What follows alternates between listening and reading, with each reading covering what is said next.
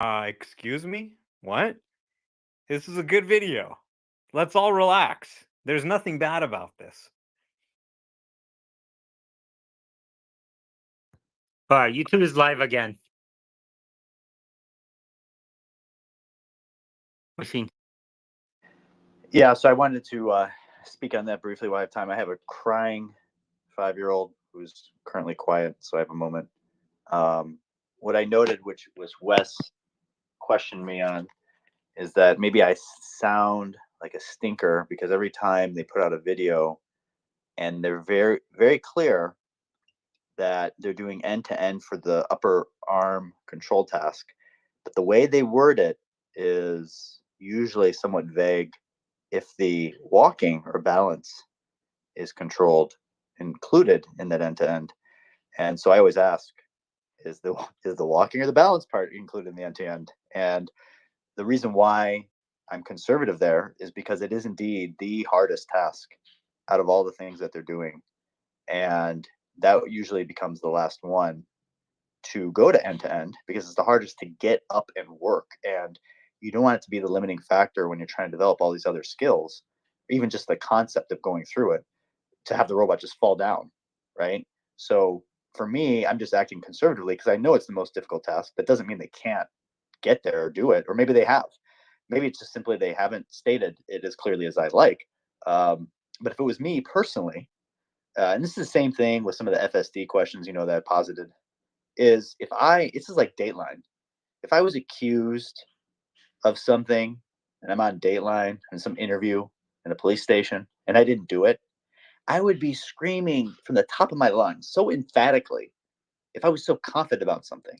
So with FSD, if I was super confident that I had the inference compute to do full robotaxi, I would be like saying it to the top of my lungs. Why would I want shareholders? Why wouldn't I want the market to know how confident I am that this is going to work? Same thing with Optimus. If I was doing end-to-end for the walking, I would say it very clearly.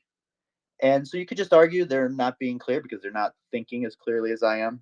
I don't know. So that's just kind of where I'm coming from. I'm not trying to be cynical. It's just I am born on the day of Festivus. And, I have a cynical mindset.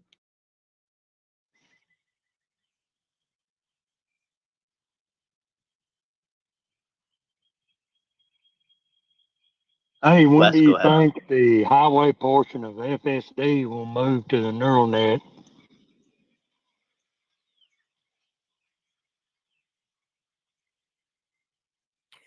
I'm thinking maybe 12.5. That's going to be pretty awesome too.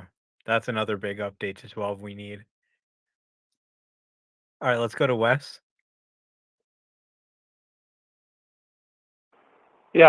So, machine, what we're doing? Do you think they've programmed in a bunch of how to walk on different terms? No, okay. Oh, West's audio sucks. That's not because of me.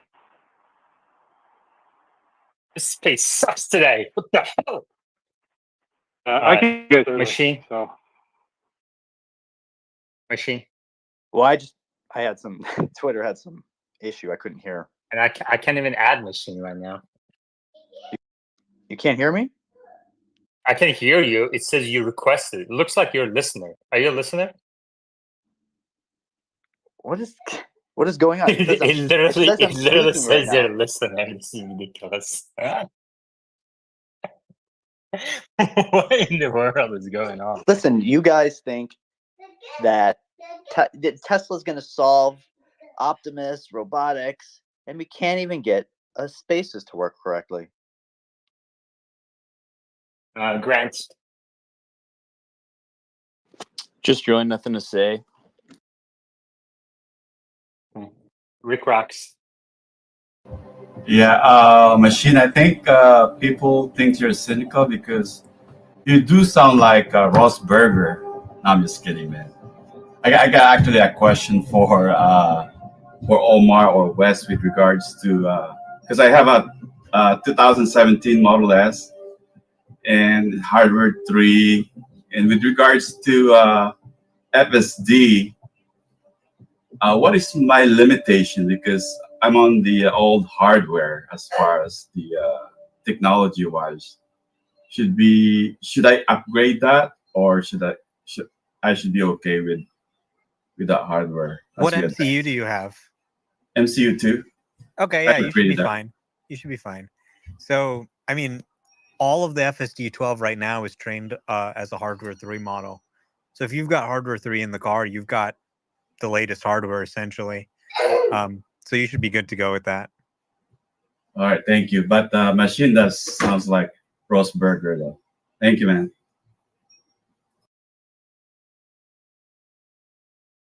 I mean, Ross Burger is at least funny.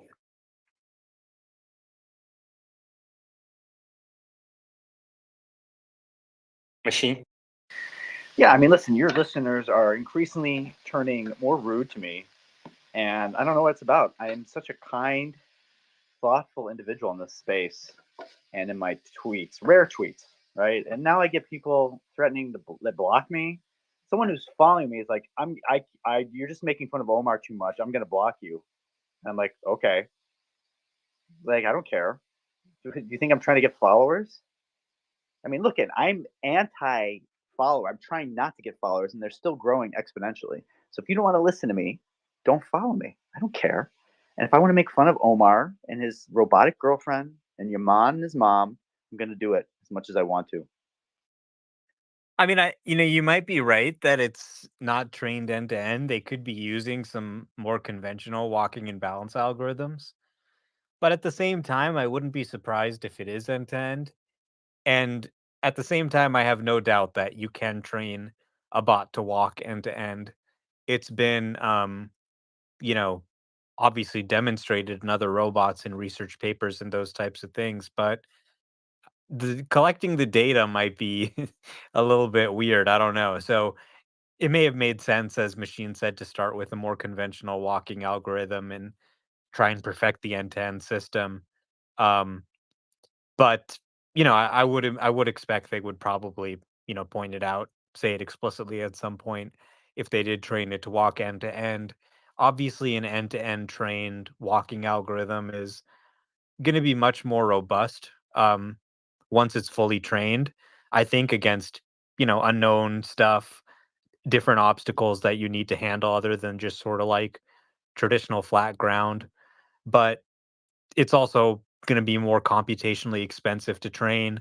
Compute is definitely has been at a premium, although that's starting to change with their large H100 orders and large H200 orders that are coming in.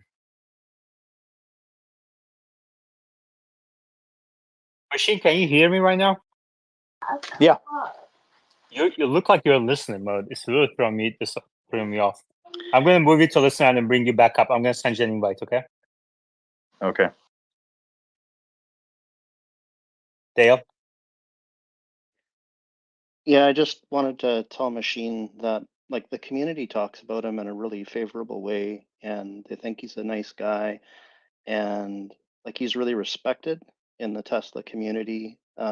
It's just when he's talking that people don't like it. So I just want to throw that out there. I think it's great. He's the best. It's a minor detail. It's like, besides that, Mrs. Lincoln, how was the play? But yeah, I agree with Omar. And listen, I'm not being cynical. I'm just trying to understand exactly where Tesla is currently. That's it. Just trying to assess. They're very clearly end to end with the upper limb tasks. It's not clear to me on the full body walking, and it's okay not to be for some reasons you said. I just want to know. Machine, did you get a co-host invite? Oh yeah. Do you block anybody? No, I find that. Okay, good. Yeah. If you don't block anybody, you can't be co-host because you can't be a speaker for some reason. It's weird. Wes? Yoda? Can you hear me? Sorry, I know I shouldn't be saying that, but there's been problems. Yoda? Yeah, you sound good now, Wes.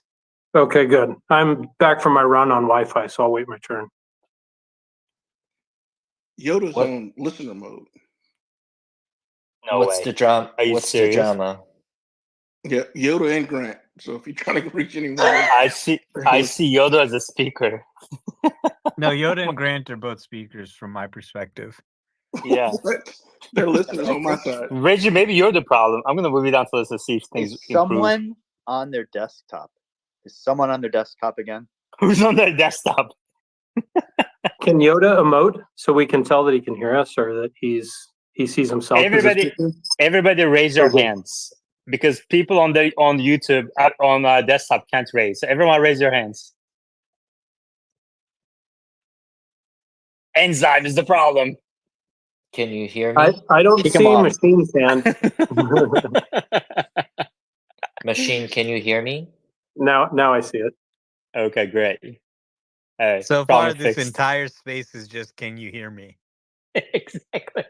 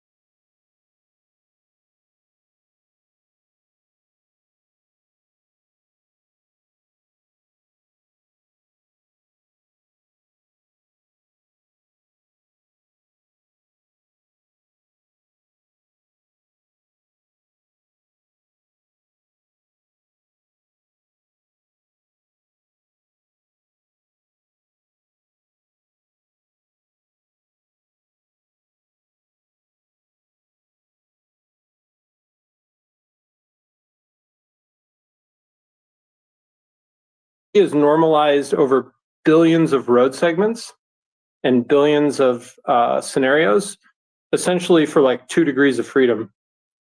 But inside a house, it's kind of the opposite. It's going to be normalized for billions of houses, but those surfaces are also going to be billions.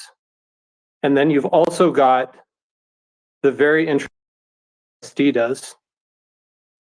Going to heuristics would be a huge step back, and it would just be completely lost code. And one of the reasons I think this is from a hardware perspective.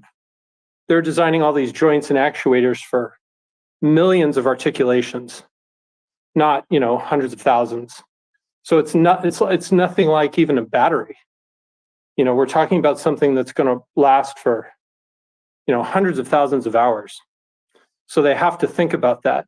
And when they think about heuristic motion, it would be way different. It's going to put a lot more stress, most likely, and different stress points on those joints in those actuators.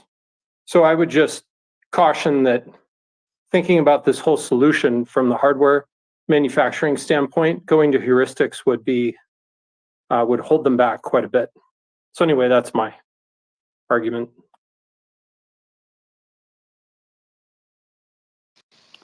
Well, I don't think we really disagree on that. I mean, from the beginning, September 2022, the first time I came on this space, I was talking about how dynamic balance is the most difficult task for Optimus, and I'm interested when it gets to end-to-end, because that's going to be the solution that's needed.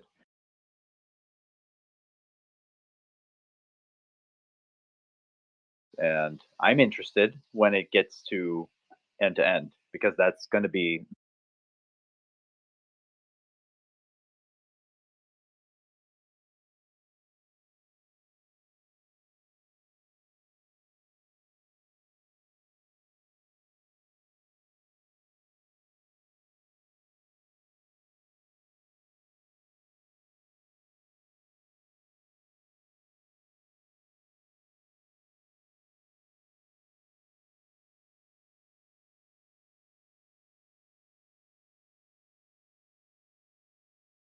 I think the real big thing is the speed of movement.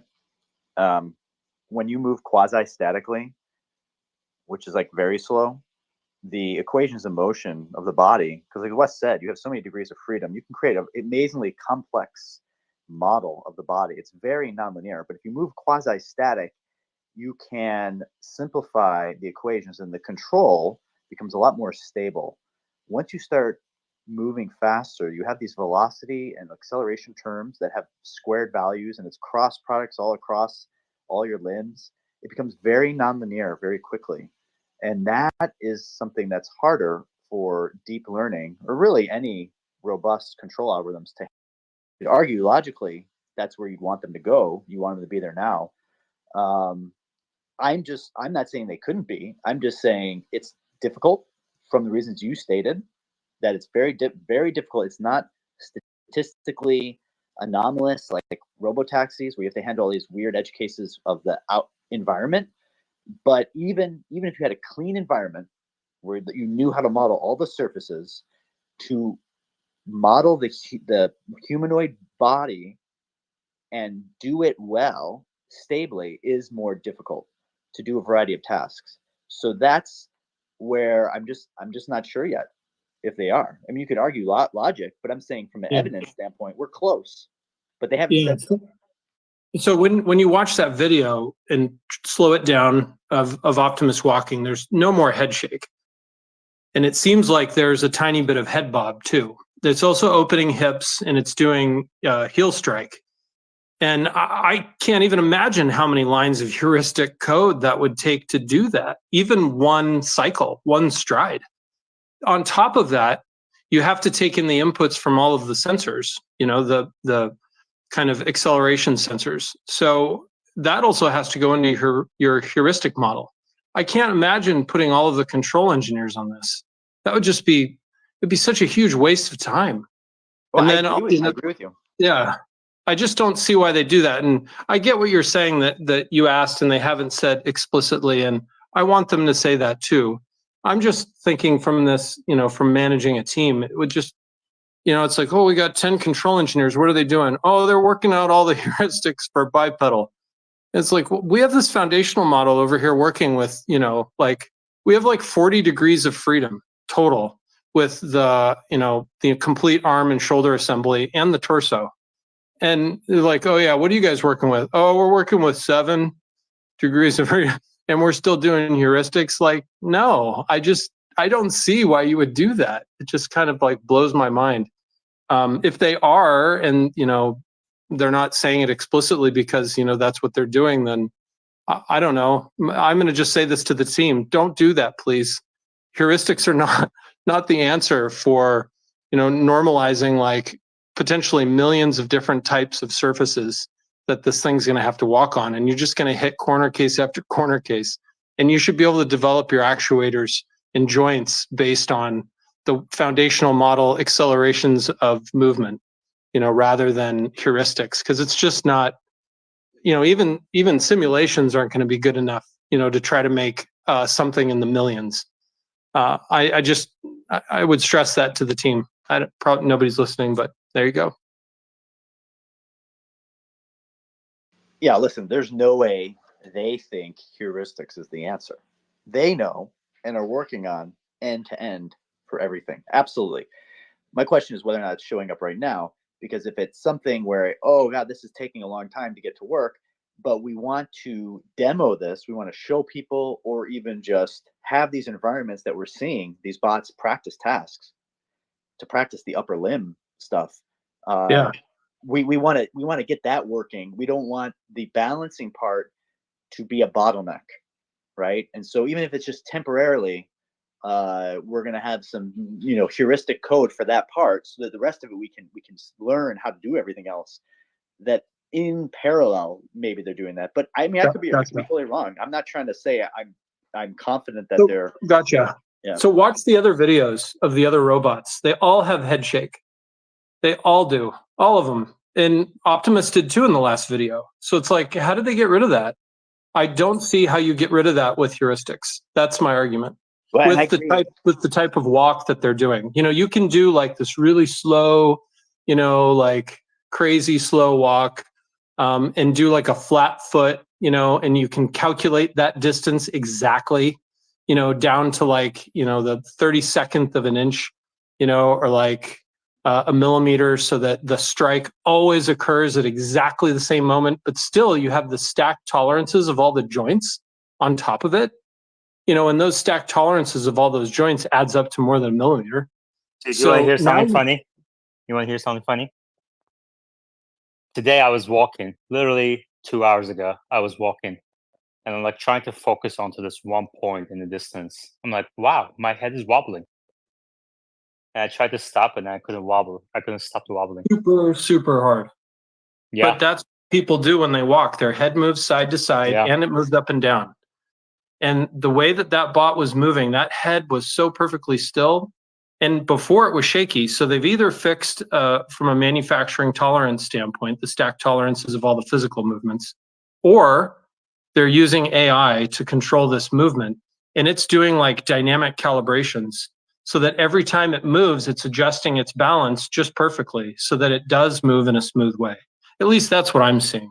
So I do hope they say it explicitly, but I don't know. I'm seeing proof, because doing the heuristics to do that perfect movement, I don't see how that's possible. We have just a couple of new people real quick before the hands. Beck, go ahead. Hi, yeah. I'm wondering who would be liable if the Tesla crashes during the Banish and Smart Summon, which is coming. You. Tesla. Oh, you. Sorry.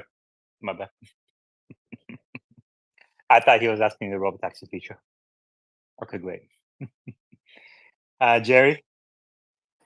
Yeah, there seems to be a lot of focus on, balance and control of Optimus and neural networks. But my question is, do you think that neural networks are involved in landing the booster from a SpaceX rocket?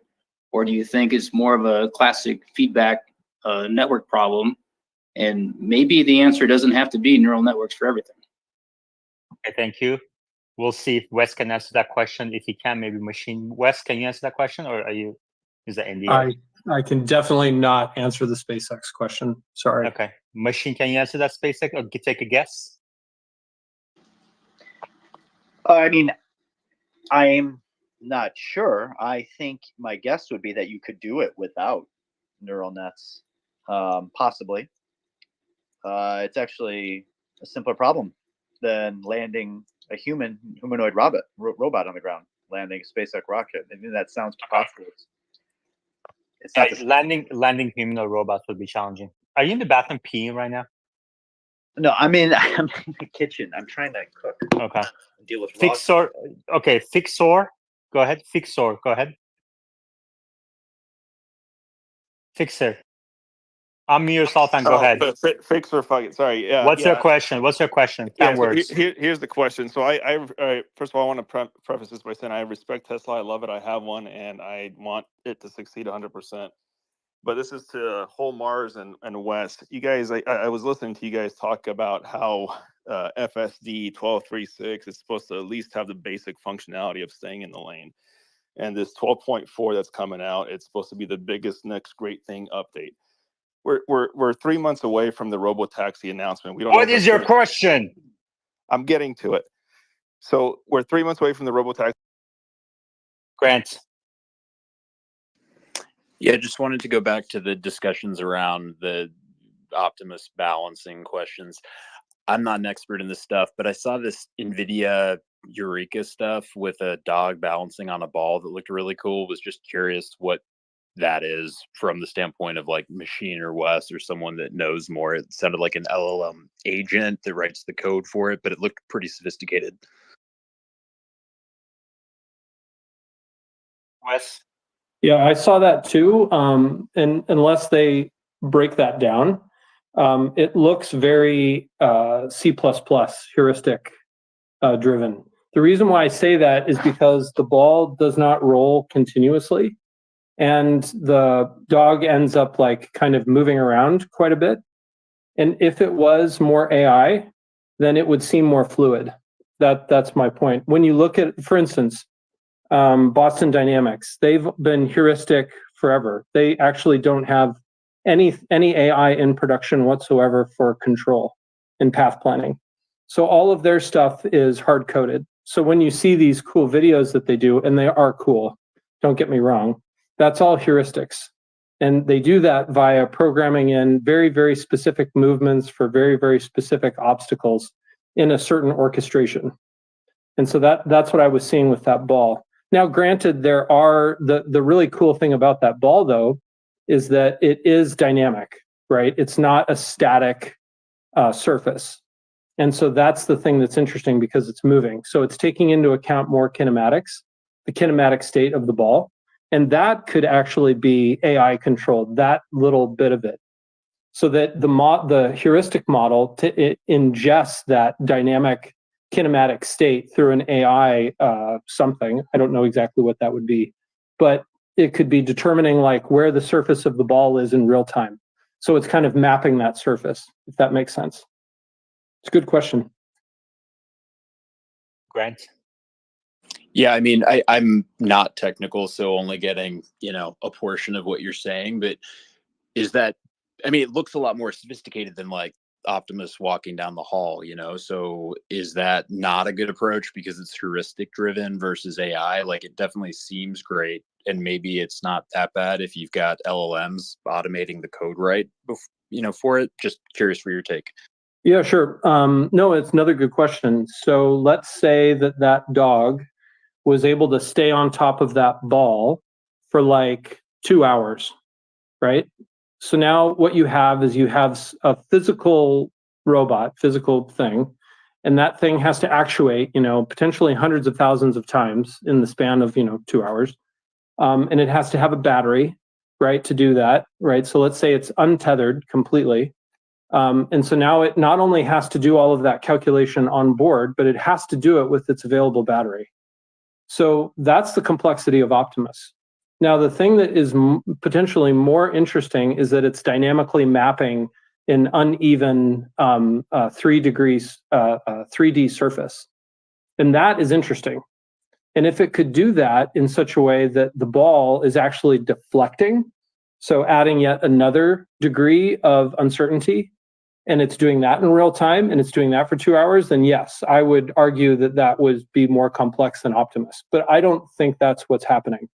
I think what's happening is that is a very short clip, and it does it for a very short amount of time, and there is somebody holding a leash, because it could potentially fall off. And it just works for a short period of time, and it's an interesting demo to show the power of their new chip. So anyway, that's kind of my take. I'd love to see more of them. Omar, you're the machine. Yeah, so I think SpaceX does use some deep learning. It's obviously not an end-to-end system. A lot of it's obviously navigation, satellite navigation, things like that. But there is a little bit of computer vision and, convex optimization algorithms that they use.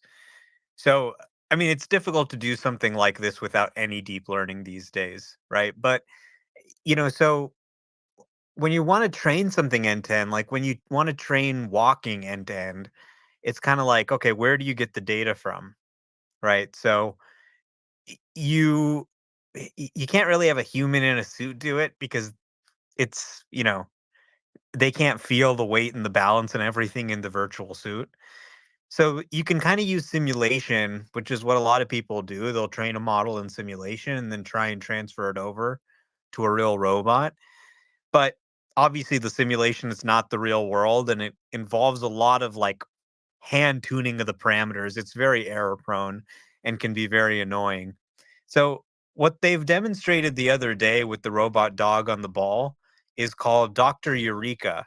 And it's actually an LLM which writes the code to do this simulation to real transfer automatically, which allows them to then sort of train it in simulation and then move it out. So I'll just read Dr. Jim Fan's post quickly.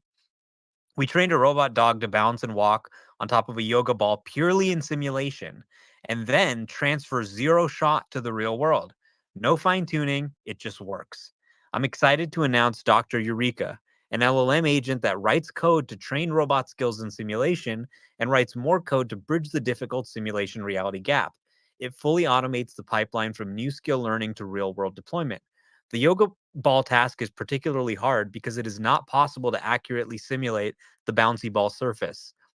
Yet Dr. Eureka has no trouble searching over a vast space of sim-to-real configurations and enables the dog to steer the ball on various terrains, even walking sideways. Traditionally, the sim-to-real transfer is achieved by domain randomization, a tedious process that requires expert human roboticists to stare at every parameter and adjust by hand. Frontier LLMs like GPT-4 have tons of built-in physical intuition for friction, damping, stiffness, gravity, etc. Really, that's surprising to me. We are mildly surprised to find that Dr. Eureka can tune these parameters competently and explain its reasoning well. Dr. Eureka builds on our prior work, Eureka, the algorithm that teaches a five-finger robot hand to do pen spinning.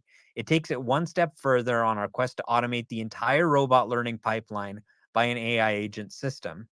One model that outputs strings will supervise another model that outputs torque control.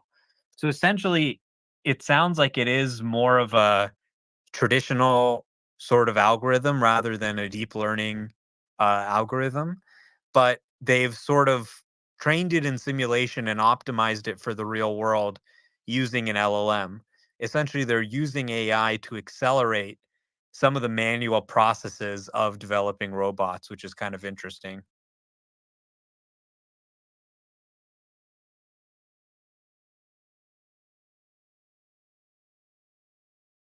Yoda the machine.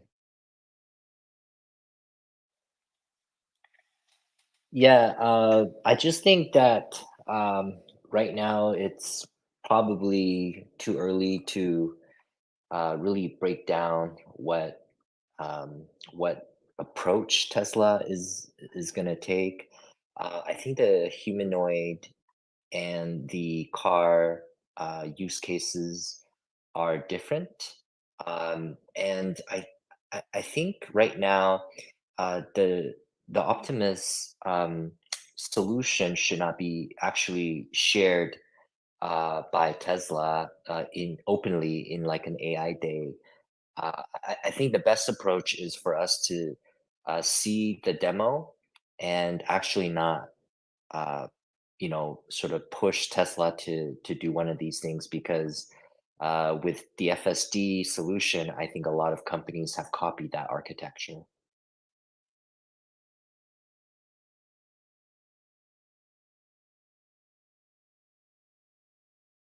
Grant. Yeah, I'm just looking. It looks like machine left, which is a bummer because, like I'm not an expert, but on the surface, that Nvidia demo is like 100 times more impressive than Optimus walking down the hall. So I kind of wanted to get his take because I think he's a little more unbiased than some other people in this room, but it certainly seems like that's more advanced than Dude, anything what's your Tesla can do question? today. Just ask your question. No, Okay. well, I mean, There's it's no really like point in talking about somebody who's not in the space right now. What do you want to learn? There are so many other people that can answer your question. it seems like Nvidia What is is a your lot of question? Your question should start with the question word. how far ahead is Nvidia versus Tesla? From what? A humanoid? Based on the two clips I'm looking at that involve one dog dynamically balancing on a big ball and moving for 5 minutes at a time versus Optimus walking 100 meters pretty slowly.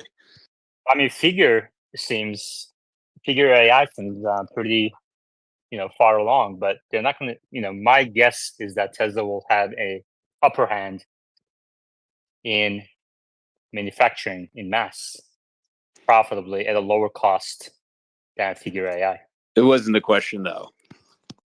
So, I mean, walking is not really like a breakthrough. We figured out how to make robots walk a long time ago, even before we had AI. So, there's no new walking technology here. What NVIDIA's actually demonstrated is using AI to automate some of the process of making the robot walk. So, using an LLM.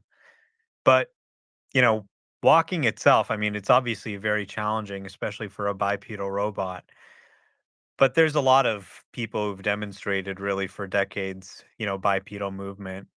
So I don't think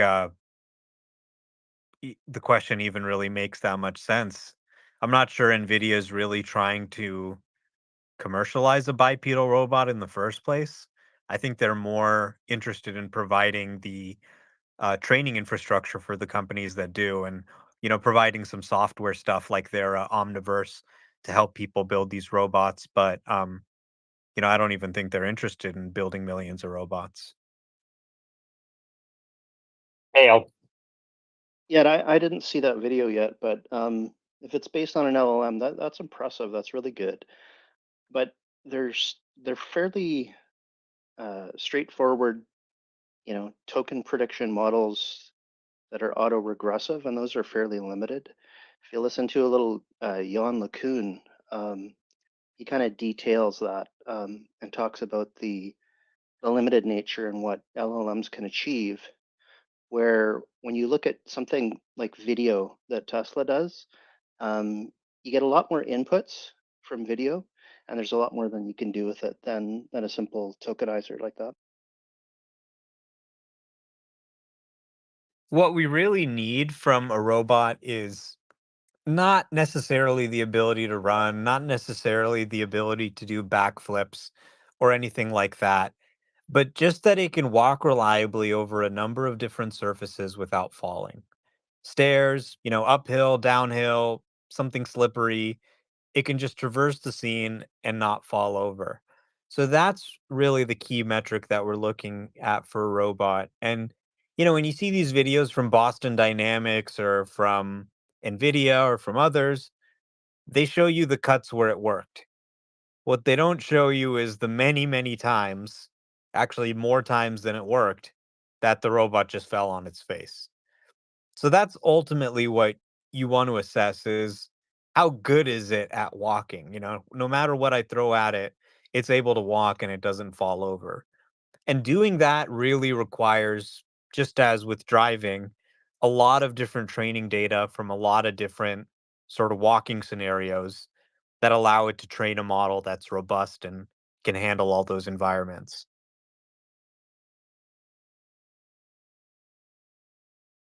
All right, we're gonna take a little detour. There's some news about Tom Shu. Did you see that, Omar? I'll pin this I at the did, top. yeah. Do you know this Chris Zhang guy? Is he does He's he some work for Chinese Tesla? Or what? guy. Okay, and he has There's connections. a whole Chinese Tesla community, you know. They all talk to each other. They do spaces in Chinese talking about FSD, which we can't understand. So Yoda, do you follow this account? Which account? Chris Zhang. I pinned it at the top.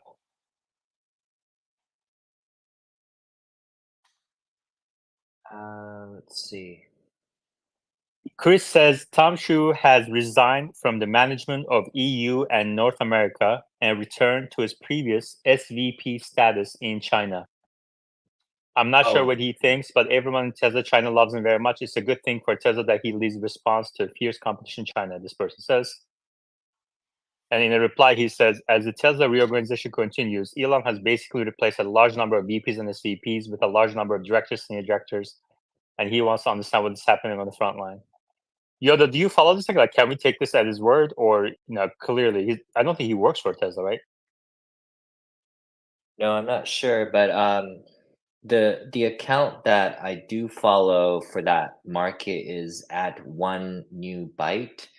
And what's very interesting is that I asked them, and therefore the thread had a lot of folks from China who knows that market well, and I asked him, uh, can Tom Zhu be the next successor, essentially succeed Elon? And their immediate answer was no. Now, of I thought they would be more positive than that, but essentially their thought was that Tom Zhu is an execution operator person, much like Steve Jobs versus Tim Cook, and so that he has not demonstrated any vision, is what they said. Now that was very surprising to me. Again, coming from mainland Chinese accounts, I thought that they would be more favorable to Tom Zhu.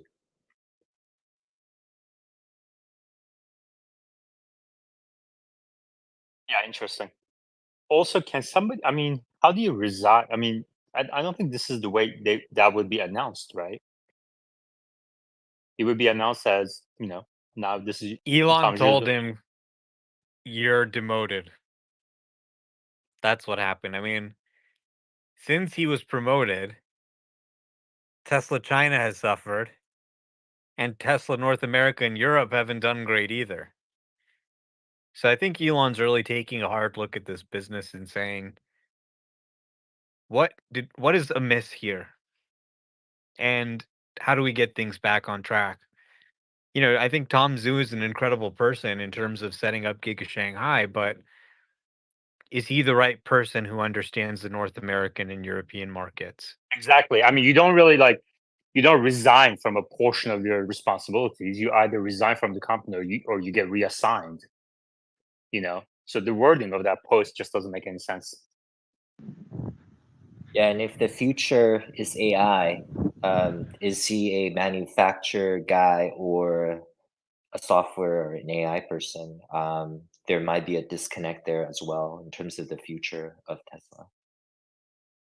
Exactly. All right.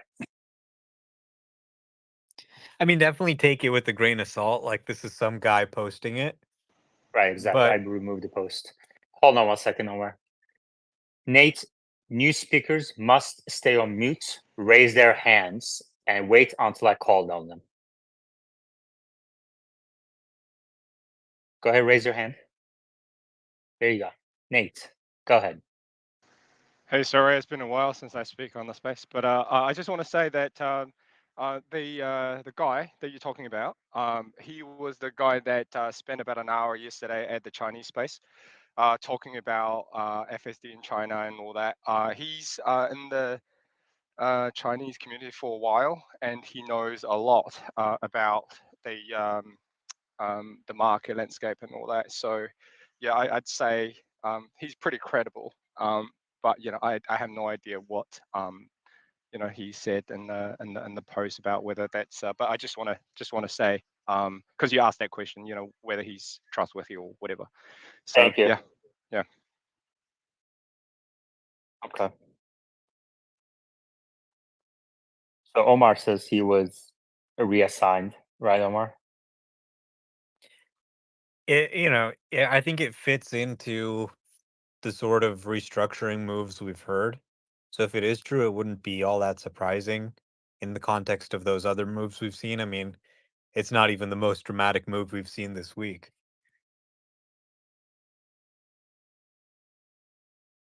It's kind of wild, actually, how fast things are changing right now at Tesla. Yeah.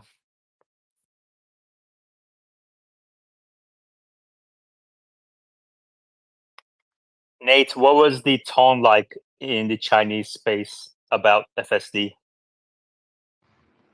I think the Cybercat said this in almost private space this morning.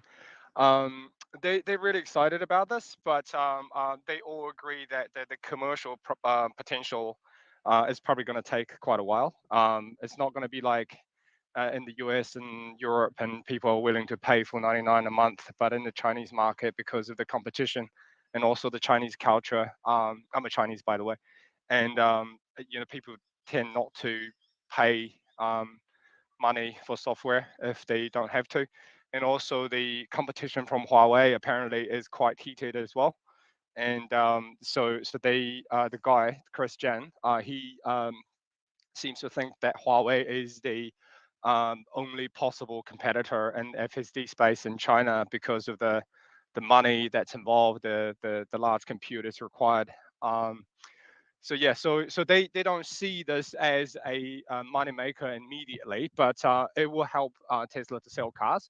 One of the examples they were saying is that back in the days when Model S came to China, or before came to China officially, people willing to spend a lot of money just to import the car from the States because it was perceived as a high-tech gadget car.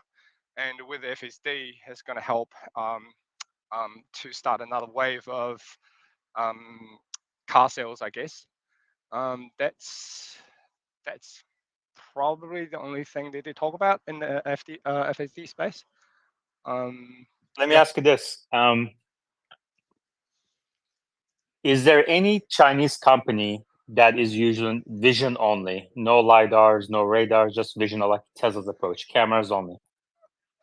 So here's the thing: the guy. That's why I think the guy is quite deeply embedded in this. He knows the tech guys in these major companies. So they said so far all the self-driving is based on the V11 model because that's the only thing that Tesla has publicly um, speak about in the AI Day. No one knows about how V12 is done and design and all that. So they're all waiting to see what the 12 is actually, the whole vision or what have you. The even the technology, the language they use in their presentations is a direct translation of V11. So yeah, so it's very unclear. But the guys stressed a few times.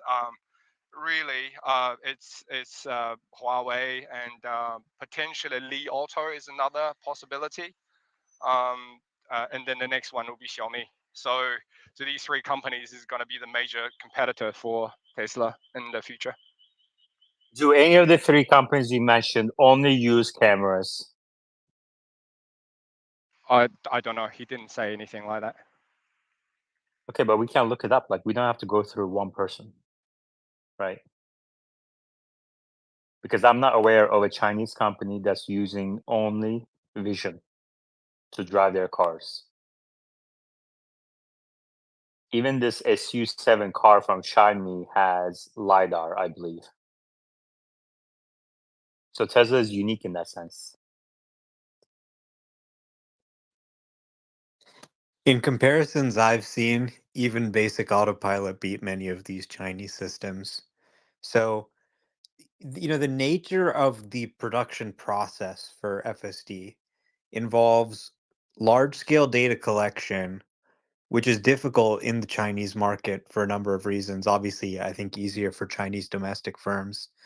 But then you have this sort of export restriction on the cutting edge graphics cards. Tesla can go and order, 100,000 graphics cards, and that's not so easy to do for a company in China. So you just look at this rate of compute expanding, you look at the data collection, and nobody else really trying a pure AI system. They're really relying heavily on HD mapping and things like that, along with LiDAR to localize the car's position and then know how to drive based on that. So you aren't really seeing a pure AI approach. Given that, and there could be things happening in the market that I don't know about. I'm obviously not in China. But given that, I would bet that once FSD does start to launch in China, it just knocks the socks off any other ADAS in the market. Yoda, then Jimmy. Yeah, for sure. The good news is that there was a long thread that we started to ask about the Xiaomi NOA or their equivalent of FSD video. The good news is that everyone on there said that those were staged routes. The parking lots, they were designated spots, and but what they also said was that their solution essentially was copy and paste from the AI day, and that they warned Tesla, being the fan base in China actually, for Tesla, they warned Tesla to never do that again. One of their leading contributors in that community is someone who worked at Tesla's FSD team for 7 years, and so that's definitely one account that I follow closely. He's recently started to do spaces as well, with some FSD drives. But he's obviously based in the US. But yeah, they have very interesting views. FSD 12 is still, in their opinion, the leader against any of those companies. But you know, but cautiously warn that Tesla should not put out any more educational videos, essentially. Well, that's hilarious because they ended up copying an approach that'll never work and set themselves back years. So I think they should still keep doing it, honestly, if Yeah, it's leading them in the wrong direction. I mean, you're never going to get ahead by copying rather than going somewhere original on your own. yeah, maybe it's a And 4D chess move. copying V11 really showcases why. Because by the time they finished copying it, and it probably doesn't even work as well as V11, we already realized that architecture is going nowhere. Jimmy. Thank you very much. Yes, I wanted to add 2 points here. One, in China, once FSD gets going, one of the great components of FSD is that you can get more insurance data through telematics. And this means that, for the first time, there are opportunities here. Remember, Chinese auto companies do not have telematics data outside of the US, outside of China, right? There are, they have Chinese cars in Europe, but Teslas are truly global. You'll find Teslas in Turkey. You'll find Teslas in South America. And so Tesla has significantly better telematics data for Tesla insurance. So imagine that you're flying to China, you're going to rent a Tesla. You can use the same someday, I hope, same Tesla insurance you have in the US, and then kind of transmit that Tesla insurance to the Tesla that you rent in China. That would be the first ever trans insurance telematics based coverage that I can think of. And number two, this is really important, is once Optimus gets going, telematics will increase substantially because you can use Optimus for all sorts of functions for telematics. So for example, if you have insurance from Tesla and then you get FSD, you can use Optimus to, for example, pick stuff up pick up your kids. You can even get telematics insurance for your Optimus someday. Thank you.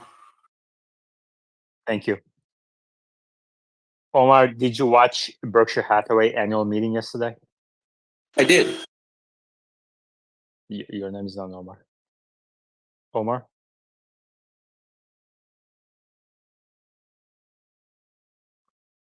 Okay, Omar can't talk. Jimmy?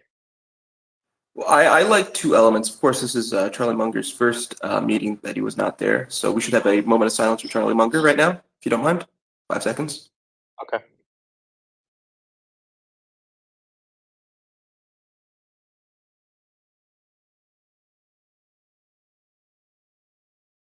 Yeah, it was really different without him over there. It was they do have this kind of complementary relationship, or they did, I guess. And without Charlie Munger there, Warren Buffett would just go on and on and on.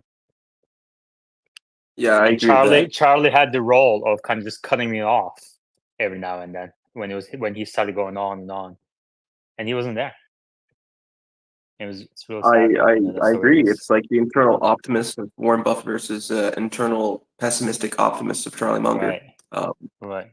But I'll add this regarding its relation to Tesla. He did talk a little bit about the auto industry, debt, things like that. Warren Buffett, that is, and he believes the debt problem will be doable, will be not fixable, but will be understandable long term, and that it will not impair American stocks. And he's still very Warren Buffett, that is still very optimistic about the American auto industry as a competitive industry in the world. So I think this was quite a good meeting. I mean, they have a ton of cash, but in terms of how it relates to Tesla, I would like, Warren Buffett to maybe look at investing more in Tesla at some point. But overall, I would say the main point of the meeting was he is extraordinarily optimistic about the American economy and stocks, which is quite reassuring. I haven't really heard such optimism from such a credible source in a while, especially considering the debt issue.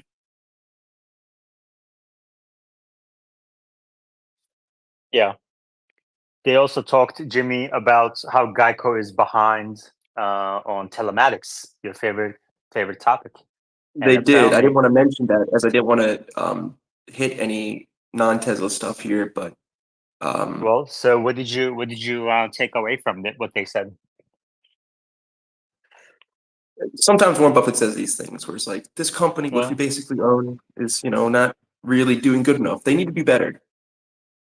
It's You didn't kind of watch it, confusing. did you? I don't think you watched it. I watched it. I don't think so. Doesn't look like it. Doesn't sound like it. Who else was on stage?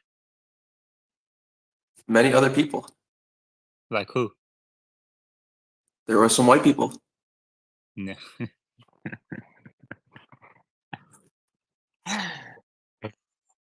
Yeah, they talked about how Geico is behind, that they're doing some work, but they said technology is a bottleneck. So for telematics, I would say this. The problem with Geico is that they're making so much money without upgrading their technology. And all the startups, which like Samsara, for example, which have telematics, will never compete with Tesla. And if they modularize FSD someday and make it possible for other American auto companies to use it, there's no way that Geico could ever compete with that. So I understand he's saying this, but at the same time, what would Geico R&D wise be able to do to leapfrog? Because Samsara and Highbridge and others have this telematics fleet management data. They have this tech. But the truth is that they're not well-known brands and they're not trusted. And Tesla is trusted. It is a well-known brand and it has the tech not only to give you the data, to get more data, to scale the data, but in the future when there's self-driving cars, there'll be more cars on the road and it'll be even cheaper for them to offer this insurance because they have a lot more data about when you use it, if you don't use it, etc. And this is something that Geico would never have. So obviously they have very little telematics data because they do not use IoT devices in cars. They have a little bit of pilot program somewhere, but their way of collecting data on you is ridiculously old school. Like Yaman will be like, I don't know how old you are, a 35-year-old man. I've been involved in X number of tickets and X number of accidents, and I'm from this state. And then they'll give you a quote. I mean, it's not very good, is it? But I don't know what else they could do, to be honest. I could have said this Yeah. earlier, but All right. I feel okay. Omar, did you take away anything from yesterday's meeting, shareholder meeting for Berkshire Hathaway? I saw a few clips, but I didn't catch the whole thing. I'm not a Berkshire shareholder. Mhm. Although I do respect what they do, obviously. Well, they said, for example, give me 1 second.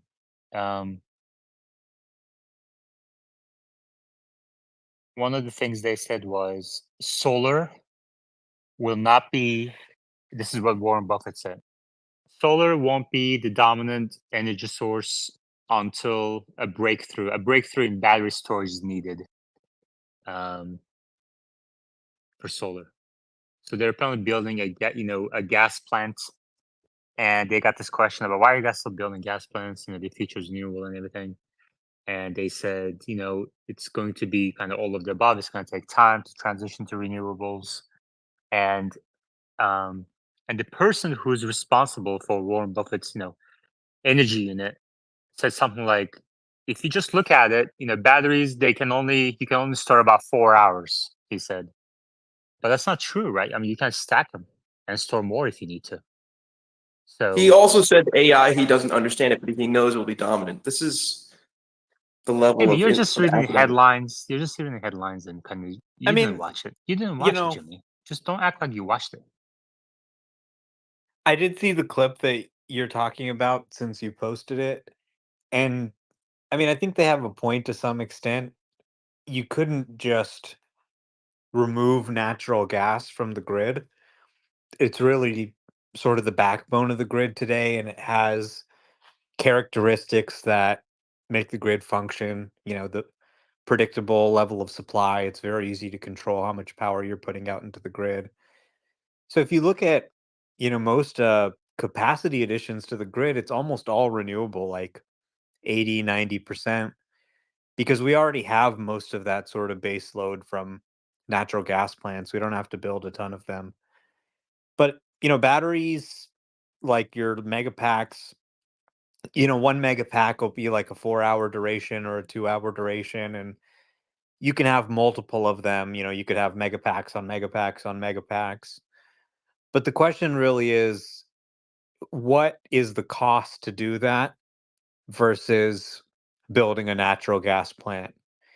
So you really need the cost of batteries to come down dramatically as they have, but maybe also in addition to lithium ion batteries, which are well suited to short duration storage, you might have to have other technologies for long duration storage. Like, for example, some people use hydroelectric dams as a form of long duration storage. They use the excess energy to bring the water uphill, and then they let the water back down when they want, the energy back. Some people have looked at other technologies for long duration storage. So essentially, the cost of energy storage continuing to fall is needed to completely replace the sort of base load fossil fuels. But the good news is, you look at the trend in energy storage prices over time, and they've just fallen year after year after year pretty consistently. So the situation's only getting better for renewables plus battery. I agree. Any questions for Omar? Please request to speak. Let's see what else is new. So Omar, a few people joined in the last 20 minutes. They probably missed the part about Tom Shu. Would you like to kind of recap? Well, there's a rumor here on X that Tom Zhu has been reassigned to the China business on the automotive side and is no longer going to be handling Europe and North America. So that's an interesting development. He's obviously one of the most senior executives, and seems to be the latest move in this restructuring of Tesla that we've seen in the past few weeks.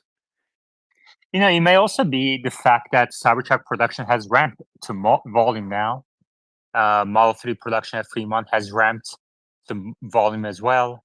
And maybe it was the kind of natural transition that he goes back to China as FSD starts rolling out over there. So it's not like the timing also seems not too, off what you would expect anyway. Yeah, that's a good point. Meta, welcome. Thank you. It's been a minute since I've been here. Yeah. Did you miss us? We never spaces today. Oh, I listened to you guys. A couple of spaces. Not all of them. You guys put out way too much content, but I was doing what I could. Oh, you listened yesterday to our spaces? I wonder how many people listen to like previous spaces when there's no space. I didn't listen to them yesterday. I don't remember which days, but there was a couple of days I was driving and I just threw the space on. That's really cool. Yeah, it's like the radio, but it's a topic I actually care about. Yeah. I could throw on the radio and they would tell me about like the Drake and Kendrick beef, but like I'm done with that after about 10 minutes. Mm-hmm. What do you think about Tom Shu? There's a rumor out there. Omar was recapping. Did you catch that? I was transitioning. Basically, I'm assuming he went back to China. Mm-hmm. Well, he's a Chinese national. That makes sense. Yeah. Actually, he's a New Zealand national.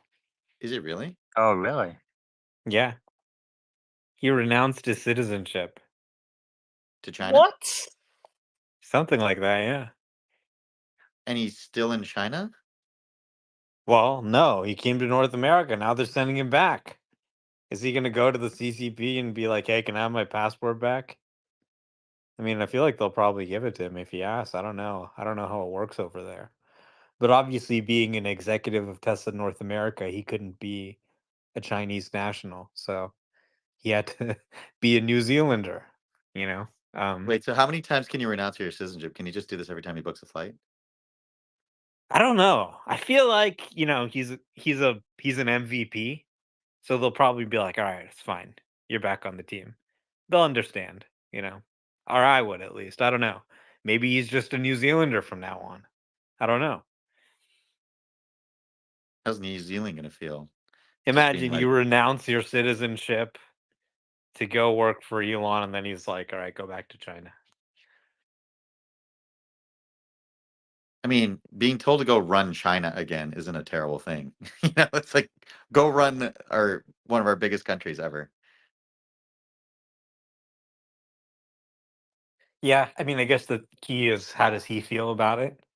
So if he feels good about it, then that's good.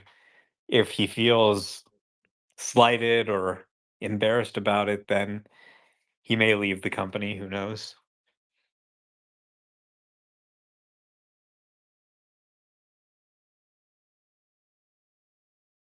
I feel conflicted about having bears on here, Meta. Why? I've been thinking about it too, based on some posts, obviously, but I'm curious why you feel conflicted. I mean, there's no question the discussion quality drops when we have bears up here. They just don't work as hard as, I don't think they're as open-minded and, I don't think they base on their facts or their opinions on facts. The reasoning is not there. And sometimes I feel like people just argue to argue. And I do want the debate, but at the same time, I also want a high discussion quality. So I think yeah. you could argue at times machine is bearish, but I don't think there's ever a time where it That's hits. not what I'm talking about. No, Machine I is know, good. Machine is good, yeah. No, I'm going a little different, which is to say, like, I think there's a way to be bearish and still have high discussion quality. I think if you're making a special space for people just because they say I'm a bear, and now the standard is way lower, I think you're instituting the wrong kind of DEI. I have to Google DEI. Hold on. Come on, you follow Elon. Diversity, equity, inclusion. Is that it? Yes. Have you not heard Elon ranting about this? No. How did you miss it? Oh my God. Elon rants about a lot of things. I don't I mean, like my friend and I, we tried to find a tweet that he sent today, and we literally worked like 20 minutes trying to find the tweet, and it's like in the last 48 hours or something. He just tweets a lot these days. All right. Well, let's. I'm not going to go over it in this space. You go look it up yourself later. But it's basically just him ranting that you shouldn't lower the bar for people. Oh yeah. Okay. Yeah, you're right.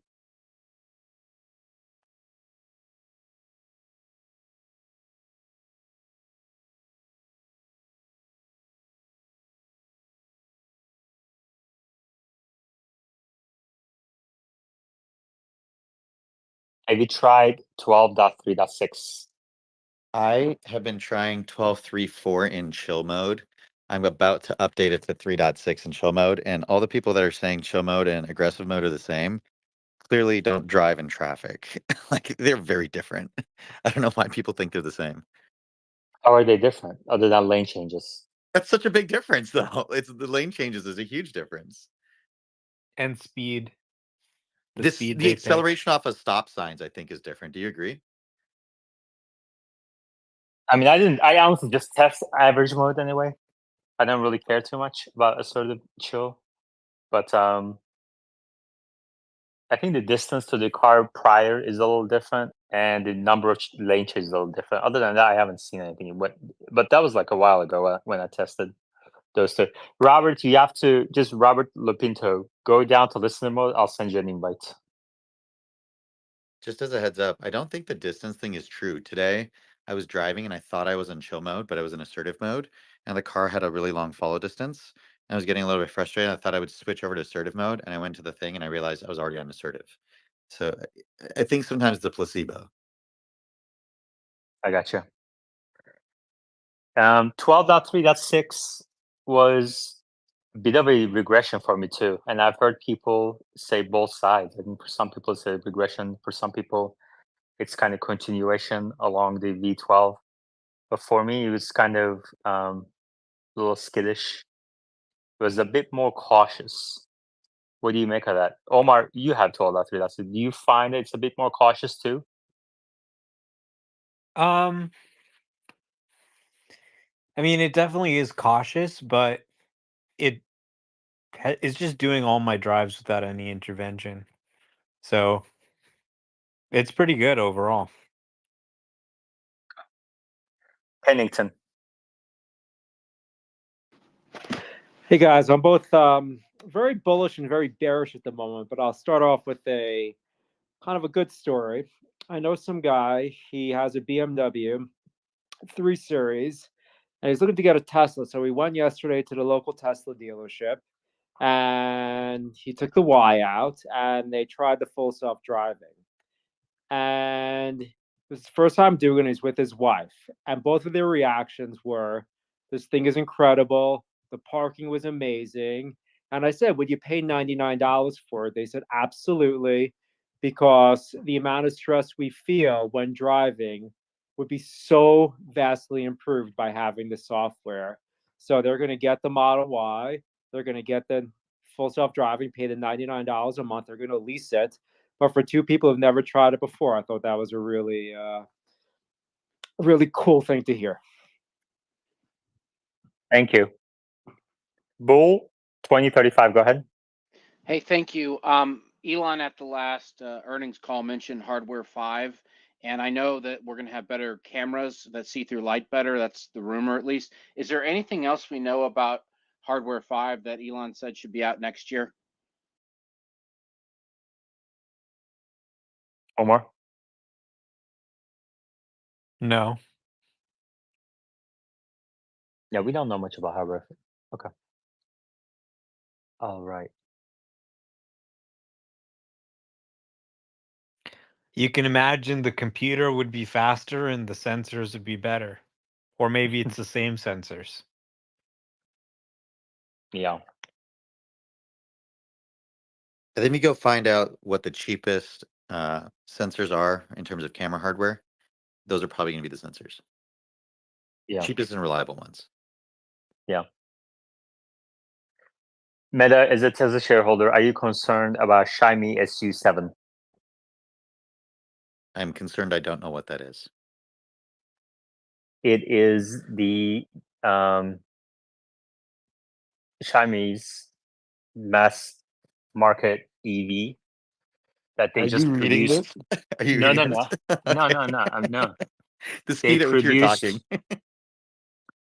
Dude, it's Sunday night. I spent the first 2 hours of the space, first hour of the space, dealing with a zillion connection issues and moderation issues, connection issues. So I'm tired already. I'm drained in the first hour. But I'm glad you're on the speaker board so we can chill a little bit. But Xiaomi producing an EV that's pretty cheap, 30 something $1,000, and it has good range, good acceleration. Does pretty much everything you want it to do. And they're entering and they ramped to 100,000 vehicles very quickly. SU7, look it up. Yeah, I think in general, what do you think it is about the Chinese manufacturers that can ramp and get this going, yet the American and Europeans can't? That's a very good question. I have a theory, but I don't want to say it. Is it on the conspiracy side, or is it like you're just not sure? Conspiracy side. It's not conspiracy. I think in my mind it makes sense, but I would never be able to prove it. So So it's not a conspiracy, but if you were called on it, you would sound like a flat earther. probably. Yes. Yeah, I think people would think I'm a flat earther. That's right. X-Men Live. Yes, I was just going to provide a little bit of feedback on 12.3.6, if that's okay. Sounds good. Okay. So my basically three little things I'd like to say is I've had that experience where it's still doing a little bit of a dance when it's making a decision making. So that could either be on a left turn line where you could be on the inner left line or the outer left line when you're taking a left. So it'll kind of dance in between sometimes when it's trying to make a decision. But it still does it. It's still, it's nothing dangerous about it, and it has clearance on both lanes when it does it. So I'm okay with it. But it's an observation. Uh, a really cool thing that I saw the other day that I was super impressed with is I was driving 35, and I had someone run a stop sign on my right, on the right side of the like a T intersection, and they ran the stop sign. And I, of course, I was going like 35, and the car reacted really, really well. It put on the brakes, slowed down for the guy. I went ahead and honked at him without breaking the FSD. It still was in FSD, and I just kind of gave the guy a double toot, beep. There's an older guy on his cell phone, so I was really, really happy to see the car responded that well with a human error person, obviously messing up. So that was cool. My one downside that I did see, and I've seen this in videos, I can't remember who put this video out there, but basically, I went from one street to another street, and it basically posted the speed limit at 5 miles an hour, and it was a 35, and so the car started slowing down to that 5 miles an hour, and so I had to put my foot on the accelerator and it didn't go that much further, and it re-registered the speed limit to uh, to 35, but it was kind of dramatic because it was just past an intersection and the road was 35, and the car it was kind of being dramatic about getting to 5. It was being a little aggressive. um, but that was my only negative experience. Other than that, I have the same thing as Homars, is that it's been getting me a lot of cases. It's been getting me end to end with no interventions. Other than obviously take it out to park it, but that's just the way it is right now. So a lot of success, a lot of success. It's looking All real right, good. thank you. Yes, sir. Appreciate the feedback. Yes, sir.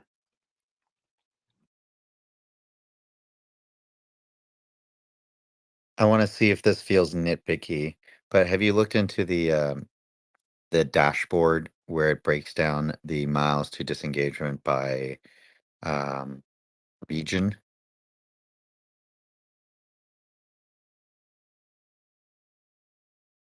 Are you Is that asking correct? me? Yeah, that's a question for you, Iman. Okay. You're asking if I looked at the dashboard by region. Correct. Yeah, I looked around a little bit. I mean, California obviously doing much better, right? Yeah, and like right now I'm looking at it, and since 12.3.3, Oregon and California have been doing extremely well. And they 12.3.3 all the way to 12.3.6, California has 5,700 miles. Oregon, I think, is just an outlier because it's like 100 miles or whatever. But if you look at their disengagement rate, it's at 97.82. And with 12.3.5 onwards, right now they're already at like about a quarter of that mileage and 100% no critical disengagement, 80% no disengagement at all. Do you think it's people getting um, changing the bar, or do you think it's actually no critical disengagement in California at this point? Yeah, I mean, I think every time we talk about that tracker, we need to kind of mention that this is not statistically significant. And if you kind of break down even California, it's about a handful of people have most of the miles. So, each person's definition of what safety critical can change. Even though Elias tried to standardize it as much as he can, it still changes. Each person's comfort level, how far they push the car changes. So I wouldn't jump to conclusions, but except to make general statements like California is doing better. But no safety critical decision in California I think is a push. Is a No, I that's literally what's happening. It just does every drive perfectly. Yeah, I haven't For had a safety like for critical days and disengagement. days and days. It's kind of crazy. Meta, how long have you driven 12.3.6? I've been driving about 40 miles every day. Is it the same 40 miles? It is the same 40 miles, which is relevant because most people will be driving the same mileage. And you haven't ever safety critical disengagement? Okay. Correct. Yeah. 40 miles there, 40 miles back. So are you trying to say this is May and now it's level 4? I'm not saying that. I'm just pointing out Okay. to some people in the audience who choose to be listeners at this point that if you were to take the intersection of a region and say day weather conditions and maybe time, which I don't think actually you need for Tesla, you might actually reach exactly that. My last safety critical takeover was on April 24th.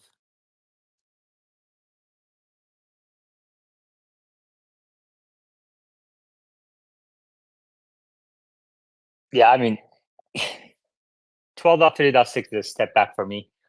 I think it's more of a one step back. I'm guessing that we're gonna do two step forward next, maybe with 12.4. We'll see. Another thing that changed for me, Meta, is for some reason, let's say, take me home. When I say take me home, it used to take me to the front door, and now it's like going to the back door of the building. So Yeah, is that a mapping thing or because yeah, it's mapping. I okay. noticed this for me. I have a place I go to on a one-way street, and it's supposed to drop me off on the left side, and on the map, it'll show the drop-off is on the left side. However, it drops me off on the right side. And when I take a Waymo, it drops me off in the exact same spot. So I've actually been trying to figure out, like, we talk about are they using open maps or various other things. I have a sneaky suspicion that they might be using the same map data because I want to test this out a little bit more. I haven't had time to be like rigorous about it, but it would be interesting to see when Waymo drops off at a certain spot, does Tesla always drop off at the same spot? Because then they might both be using the same map data. Yeah. And FSD can have a bad day sometimes, You can't just overjudge it. Maybe based on certain areas it's a little more slow, but maybe just give it another try and see how it performs on a different day.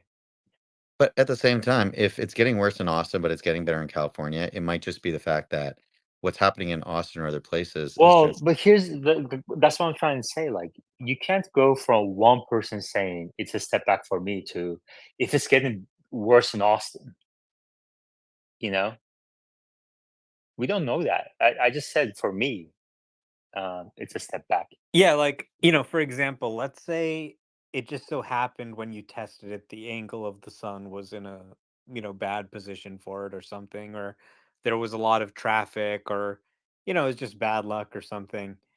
Or maybe, it's less confident in Austin for some reason. So every kind of FSD drive is like you're picking a card out of a deck. Yeah. I mean, the one thing I notice is it's leaving a lot more room now with the car in front of it when it's coming to a gradual stop at, say, at a red light. So that's why it's very cautious. And then, but left-hand turns, for example, for me, like unprotected, protected left-hand turns have been great. I mean, this time it was like no jitter, no nothing, just rolls it, perfect timing, no issues, and I've done a bunch of those. And I mean, overall, it's a great update. I still use it, etc. Nags are still there; they're about the same as before. And then the other thing that I keep having an issue with Meta is, Texas has multi-level highways. They kind of cross each other in like weird ways. And when I'm going under another level of highway, sometimes it picks the speed limit of the highway above me. And it goes from like 70 to like 35 in the middle of the highway. I'm like, okay, this is not good. But let's say you're at Tesla That's and the old stack, of course. yeah, that is the old stack. But let's say you're at Tesla and you're prioritizing getting to L4. I know you don't believe this, but let's say they are trying to get to L4 in certain states. Wouldn't they focus on those issues primarily first? On getting the highway right? On getting everything right. And when I say I haven't had a safety critical disengagement, by the way, I am including highways. Okay, so you're saying they're trying to get to level 4 in California? That would be my guess. Okay. Well, let's hear it. I mean, if there are people from California, I'm sure there are more people in California in this space who have FSD, various versions of it. 12.3, 12.4, 12.5, 12.6, I mean 12.3.6. If you have FSD and you live in California and you've driven at least 10 miles on FSD in the last 7 days, request to speak. Especially if you had a safety critical intervention. No, even if you haven't, come on up and tell us that you haven't. If you're in California, you have FSD, and you've driven at least 10, 20 miles in the last 7 days, come on up, request to speak. Hey, Yalman, can I go? Yeah, Jerry, go. So a couple things. As far as where FSD tries to drop you off, one thing I noticed, I don't think it's following the navigation. It seems to be going based on what is the closest distance to your drop off point. So I'm at my place in Mammoth right now, and it wants to drop me off on Lake Mary Road, which is not the address for my place. But from a GPS position, it's very close. Like if it was an Uber and it dropped me off there, yeah, it's a close walk. So that's one thing. The other thing, as far as like in California in general, it's been phenomenal. It's very, very good. I've gone like downtown Los Angeles, the La Brea district. It's amazing. We've driven from Los Angeles to San Antonio for the eclipse. I had no idea where I was going anywhere in San Antonio, and I never had to because FSD just drove me to wherever I was trying to go. So anyway, that's it. Great, thank you. I see Robert's hand, but let's go real quick to the new speakers. I'm glad. It's really awesome. Like this power of the space is like I just say one thing and 5 people jump up. It's amazing. Spacela X. Yeah, hi. I am actually a regular user of FSD. I've been using FSD since 2021. I have an extremely long commute to work from South San Francisco all the way to Sunnyvale. So it's about 37 miles each way. And I actually was one of the early users of FSD 12. I just got lucky and got it 12.2.1, I believe. And yesterday, I recently have got 12.3.6, and I drove up to actually Napa and Calistoga yesterday, all on FSD. I left my garage door. After I left the garage, I turned it on. And one of the most surprising things yesterday was I thought I was going to have a safety critical intervention when there was a a tree log that just fell in the middle of the road on Highway 12, which is kind of windy.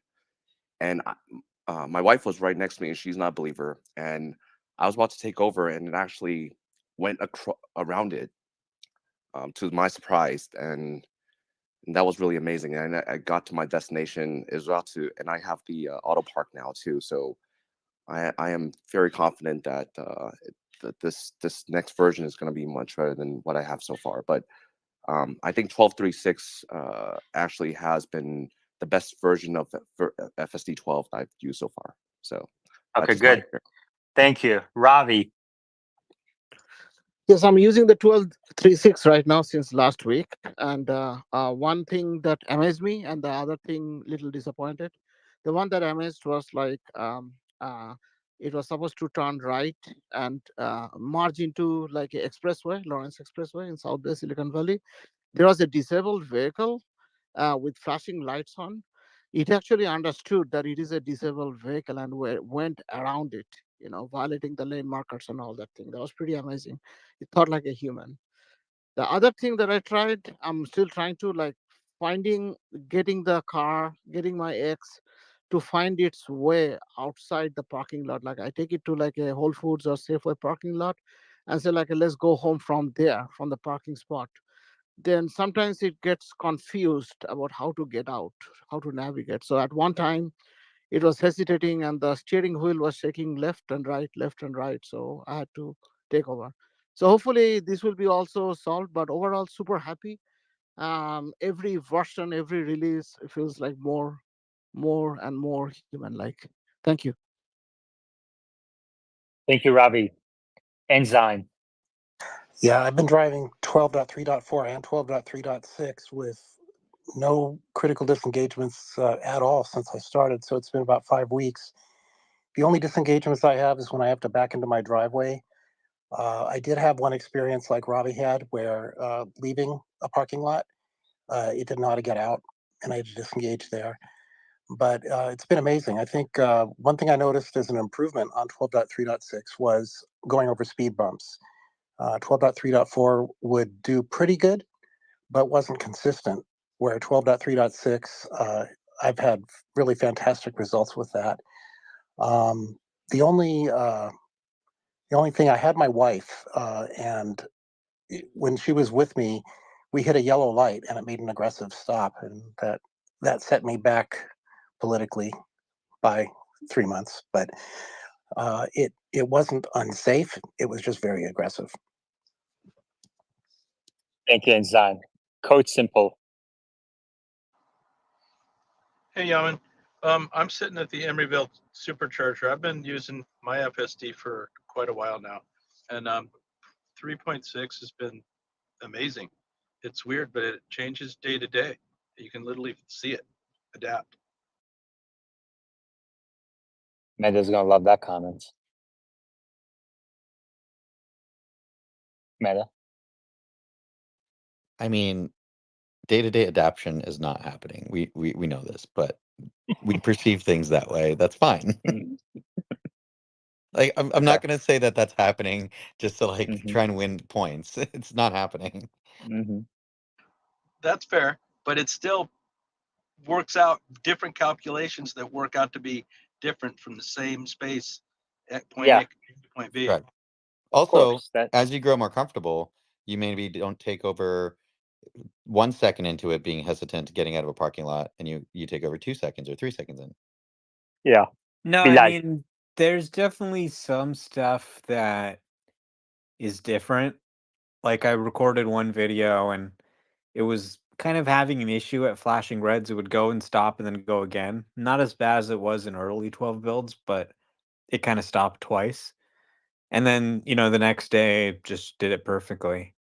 No new update or anything. So, I don't really know how to explain that, but I definitely saw it. But you can't guarantee the lighting conditions and everything else was the same, right? That's the hard part. Yeah, flashing Yeah, red lights but still don't work. Like we see that every day. yeah, Omar. obviously there's differences in lighting condition and other conditions, so that could have played a factor, but that is just what I saw. All right, I'm gonna bring some new people. While I'm gonna circle through the people who already spoke, bring some new people. So don't take it personally if I move you down while Robert talks. Robert, go ahead. Yeah, I've done a few hundred miles in the last few days. I've hit a couple times. One, it tried to drive me into a curb, and today it got in the right turn lane when it clearly on the map was saying I needed to make a left turn. So a path planning problem. But other than that, it's way better than it has been in the past for me. It's smoother, more confident. Still is, you know, it's still a little too slow for me going into stop signs, particularly on my street. Coming up my street, there's a bunch of traffic coming from the left on a blind turn, and it doesn't get to the line confidently. It hesitates. It basically stops before the line, then creeps, then hits the line, then creeps again, then goes for it. And so that still is it's not unsafe, it's not illegal, but it's like, oh, well, you're taking too long. But other than that, it's getting there. It's the first time I really feel like this is close to getting to humanless. Thanks. Gotcha. All right, Meta is, I think, switched to working mode. Mike Rosendahl. Thank you, guys. So the .6 version, I live in Iowa, so I'm not in San Francisco or Texas, but I was excited because where we live with the different 12 versions, we would go by our house. We live on like a long cul-de-sac that turns around and goes a big loop around. It's actually not a cul-de-sac, but it's a big loop around. And it would go by our house and it would slow down, and I would hope it'd pull over to the side, but it doesn't. And so it would go past it. We do a whole loop around, come back around. So with 12.6, it turned into our driveway. And so we wake up, we have a little moment of like, holy crap, that was pretty freaking cool. And to the point earlier with the discussion on what happens with dynamics. So it happened and we were like, this is really cool. And it made my wife happy. Everybody was happy. And the next 2 times I did it, it would go on by and be really confused and stop and didn't know what to do. So obviously it is very much about the conditions of what's happening, because the first time with that version was amazing. I mean, that one really felt amazing with all the other stuff that's really cool. These little simple things are big things to families and their wives. Thank you. Mike, are you a Tesla stock investor as well? Stock investor? Yes. I'm heavy in. Heavy in. I got you. Okay. Thank you. Miro. Yeah, just really cool. My Tesla 12.6, it swerved to avoid a bird flying by today on the way to church, which was nice. And about a couple weeks ago, there was a paper bag rolling on the ground, and it picked up the bag, and I didn't see any of these, and it swerved around it. So it's definitely picking up things that I wouldn't have normally seen. Omar, has your Tesla ever swerved around a bird? Yeah, it can do things like that if they land on the road, for example. Mm-hmm. The Miro, only was yours on the road or flying at you? Oh, it's flying. No, it's flying by. No way. Yeah, Come I swear on. to Are you God, I was serious? on the way to church today. Yep, it's a true story. All right. Well, we need Miss Jillibean in here to balance the optimism. It's too much. Everybody's very optimistic. And we have Miss Jillibean in the audience. Maybe she can come us and set us straight. I sent her an invite. Let's see what she says. Bye, Max. Yep, based in Sacramento suburbs, .6 has been great overall, especially in the roundabouts. I could see that it's gotten more smoother. But then you have a scenario where you have pedestrians waiting at the end of the roundabouts. It's a 4-way roundabout, and we have Hey, like 2 or Hey, 3 everybody. where I live. And I did see that the car disengaged once when a pedestrian showed clear intent to jump into the crossing, although they have to wait for the cars to actually pass through because there's no yield to pedestrians there. It's actually yield. Cars have to yield to each other. So that's the scenario. I don't know how Tesla is going to fix that, but I see that as a problem and the only disengagement that I face. Thanks. Omar, what do you think about that one? Sorry, there was an issue with the roundabout and a pedestrian. Yeah, Omar, it's a four-way. It's a roundabout with four-way exits, right? So at the end of every exit, you also have pedestrian crossings, right? That's how the township has designed these roundabouts. So the pedestrian typically has to yield to the cars because there's no signage that says that the cars have to yield to pedestrians, although it's kind of obligatory that you would, right? But then in a highly, in a high traffic situation, the cars are trying to, get into the roundabout, yield to each other, and go about their business. And then you have pedestrians also trying to walk in, right, at the same time. And when the car tries to exit, and when the pedestrian suddenly starts jumping into their crosswalk, it suddenly disengaged. The car it kind of wobbled and started disengaging. So I don't know how Tesla is going to probably It fix started this. disengaging, so it asked you to take over, or Exactly. Yeah, it just gave me these beeps, and then I had to literally take over. Yeah, immediately. It's probably a bad design in my opinion, right? They shouldn't ideally have pedestrian crossings right at the edge of a four-way roundabout exit, but it's what it is. We have at least 3 or 4 of them in the Sacramento suburbs. Yeah.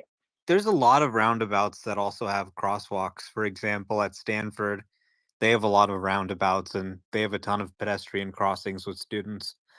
And I've seen it handle it fine. So it sounds like maybe it just thought that you were a little too close to comfort to that pedestrian or something. But a crosswalk in a roundabout's a pretty common scenario it needs to handle. And I've seen it handle situations like that before. Yeah, probably it's a one-off. Okay, thank you. Miss Chilibine, welcome. Hi, Yaman. Hi, everybody. So people are telling me that it's so good in California that they haven't had a safety critical disengagement in weeks. What do you think about that? You're in California, right? Yes, I'm in Los Angeles. Wow, that's pretty amazing. Actually, it's really good. I have not experienced that. Close, but but I still have disengagements. In fact, yesterday I had a critical disengagement. It's on my page when I was live because I go live pretty frequently, almost every day here on X. Is that the Doing live bicycle? drives. Is that the bicyclist? No, that was also an incident, but that was a little questionable, right? But no, this was going is in Burbank, going across two streets that are at a that's how do I explain it? It's kind of at a diagonal, and my car didn't stop. It stopped, but it just once it stopped at the stop sign, it just went. I think it thinks that it's a four-way stop, but it's not. So it's on my video, on my page as well. Look, FSD 12 is amazing, but it's not perfect. It is amazing, but it's not perfect. Always pay attention. Never let your guard down. But it is pretty darn amazing, I have to admit. Do you think it's progressing like a year from a year before today? Did you think it would be this good, or did you think it would be better, or did you think it would be worse than where it is today? I honestly didn't think it would be aggressive enough here in LA for rush hour traffic. It still isn't at certain points when you're in bumper to bumper traffic and it needs to merge into a lane or turn onto a particular street. But yes, it's a lot better than a year ago. And no, I didn't think it would be this good. Wow, that's a major statement. Oh, and I summoned myself yesterday too. That was pretty cool. If you tried that, try that. We got that on record. Oh my, did you hear that? I'm gonna clip that and play that on my pinned tweet. What? I always say FSD is amazing, but it's not perfect. I always say that. Yeah, I mean, I think she's, spot on. Obviously, it's not perfect still. It can still make mistakes. And like I said, 12 days ago or something, I had a safety critical takeover. Although reviewing the footage, I don't think I probably would have hit that car, but it was still close enough that it warranted a takeover. But, you still can have takeovers at times, but, I can just drive for 2 days, do the normal drives I do, and all of them are zero intervention, which is not something I've ever experienced before. Before, like, you would never have any zero intervention drives. You'd always have to push the accelerator or adjust the speed or do something, even if you didn't have to take over. But now it's almost expected for me to have a zero intervention drive, and I'm not really trying to throw anything crazy at it. Like, I'm not taking it into Laurel Canyon or something. I'm just taking it around the neighborhood, doing the normal, basic drives I have to do, which are, mostly just drive straight, make a right turn, make a left turn, whatever. But it's just able to do what I ask it to, often, parking spot to parking spot.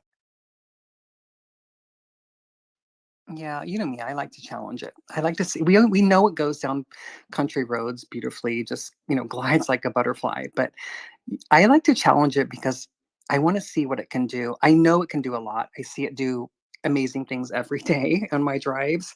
I don't know. That's just my personality. I like to challenge and see how it's going to do. Speaking of Laurel Canyon, one of my favorite canyons is Benedict Canyon. So if when you're back in LA, Omar, take a drive through Benedict Canyon. It just glides through the canyon just beautifully. It just amazes me every time I take the car through the canyon, more than in traffic. So there's something about it, just the way that it glides through the canyons is really, really fascinating.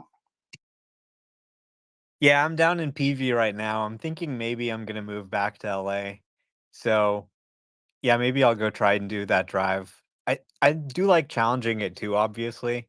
When you have time to do that, and it's kind of also really important to kind of push the limits of the system and find out what it can and can't do. But yeah, there's definitely a lot of areas in LA that are a lot more challenging than where I am right now. Jerry, and then I like Teslas. Yeah, if you're just looking for a place where it fails, when we were in Texas, consistently getting off the freeway, it was a right turn to immediate left turn, and it would turn right off the freeway, and then it would get in the middle lane, and then it would try to turn left from the middle lane, which obviously is against the rules. So that was a scenario. I think we were on 3.4 maybe at the time. So that's a scenario that was bad. I don't know who was talking about LA. It's amazing in LA. Like we've done Cahuenga, we've done Sunset, Highland. Like it's amazing in LA.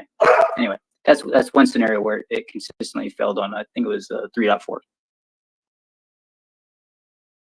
Thank you. I like Teslas. Yeah, I just wanted to say like the biggest difference. I mean I've used autopilot since 2016.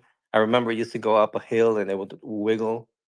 So I've been through all the iterations, and FSD 12 for the first time is a pleasure to use. I think that's the major difference I see. Before I used to feel like a beta tester. I'm like testing this software and I'm testing like for the good of humanity, and even if it's gonna fuck up and crash your car, you're doing it for the good of humanity. Now I feel it's a pleasure. It's like it's working for me. It's working for me, and hopefully it's it's gonna be fine. And I don't have many interventions either. I'm in Miami and we have the worst drivers, but it's a pleasure. Like I enjoy using it. That's the biggest difference, and I think that's the reason why Elon decided to open up to more people and to really start pushing it. And I think Omar said something like this too. And yeah, that's my opinion. They did. Just as a reminder, don't drop any F bombs. We're on YouTube. It can demonetize the episode. For every F bomb you drop, you owe me $10. How about that? So I like Teslas. I think you have Venmo. I do. I'll send you a That's all right. coffee and No, pizza and $10. that's okay. I'm just kidding. One or two F bombs. I think the channel reached a level where we have enough episodes that I think they might have kind of upgraded to something in terms of their monetization, monitoring. So in the past, whenever somebody drops an F bomb, it would be an issue. I would have to request a human review and whatever. But I think maybe because of the number of episodes, 1 or 2 doesn't seem to hit us too much. So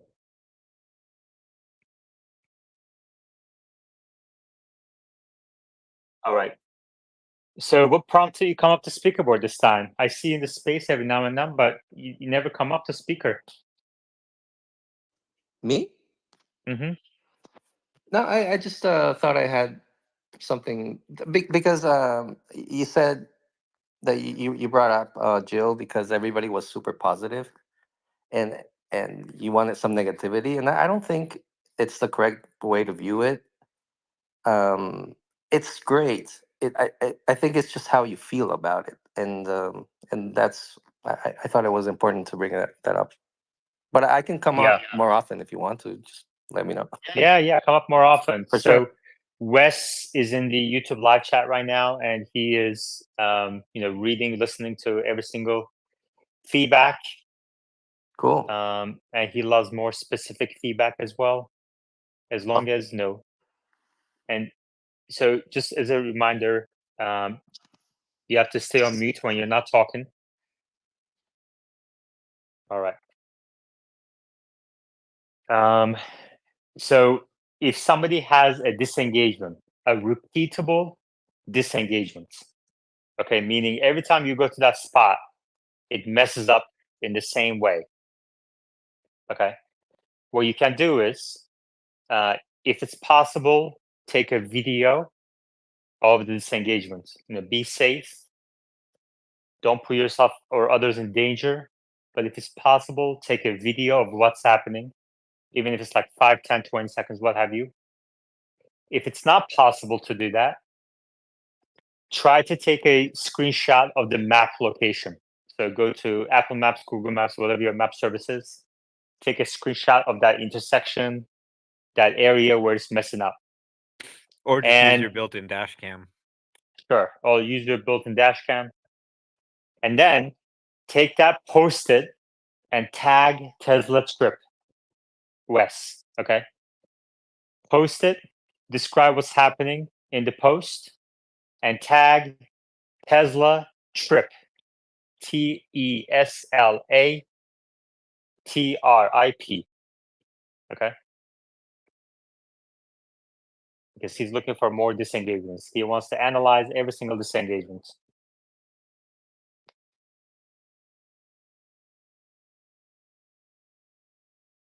I mean, I think here's the bottom line. No, it's not perfect. You have to pay attention, yes. But it's starting to be able to consistently deliver zero intervention drives.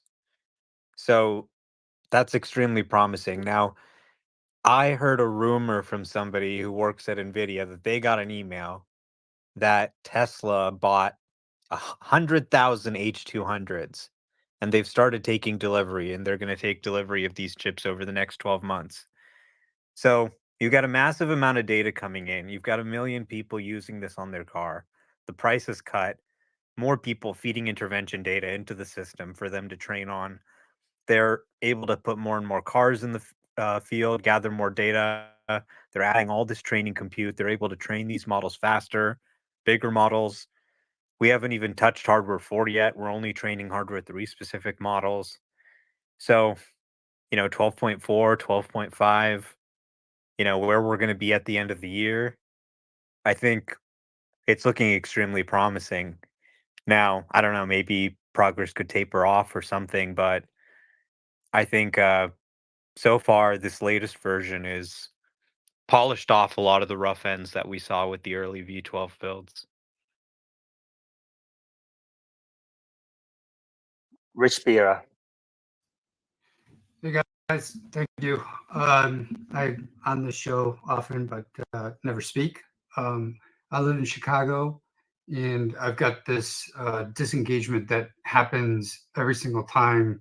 And it's hard to get a video because sometimes when I go through the light, it's red, so I have to stop at it. But usually, when I'm going through the intersection, and I'm on 12.3.6, the cross street is on an angle, and one of the traffic lights for that cross street is not aligned properly. So like off to the right, you could kind of see it's red.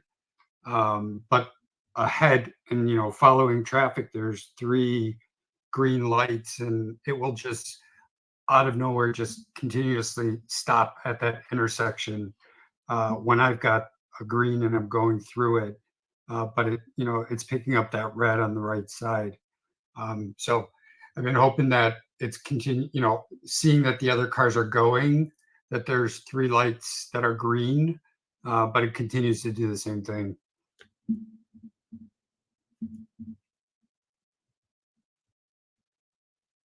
Thank you, Rich. Omar, any comments on that? Yeah, that's definitely always been a class of issues. I think 12 is much better at handling it than any other version, but there may be still some cases it gets wrong. So hopefully future versions of the model can handle it correctly. It should be able to use clues like, for example, the other cars and things like that to figure out that it's looking at the wrong traffic light. Okay. All right, Miro spoke, Rich spoke. Move on down to listener. Baymax spoke, Ray, Jerry spoke. John McAllister. Hi. I don't have my full self-driving recently, like the last couple weeks, has been driving in the middle of the lane. Like it drives on the lane lines, and it drives close to the median. And I have sent a couple emails to the FSD at Tesla and got no response. Okay.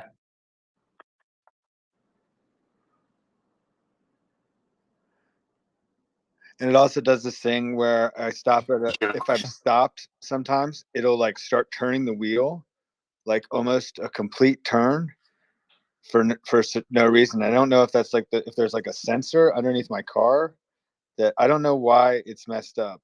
It just does that. That's not anything that's wrong with your car. Yeah. It's just a bug. But what about the driving on in the like middle of the road? Well, that's just sort of, I don't know, a path planning error, essentially. Its path planning is imperfect. So, again, you'd hope future versions of the model would do better at that. Like it wasn't a problem a month and a half ago. It's only a recent problem. Yeah. That kind of thing can happen sometimes with neural nets. Yeah, it's really annoying. Do you actually work at All right, thank you, John. No, I don't work at Tesla. Man. Also, we did cross 1.5 billion FSD miles today, I estimate. Nice. That's great. So in 1 month, we should be at 2 billion.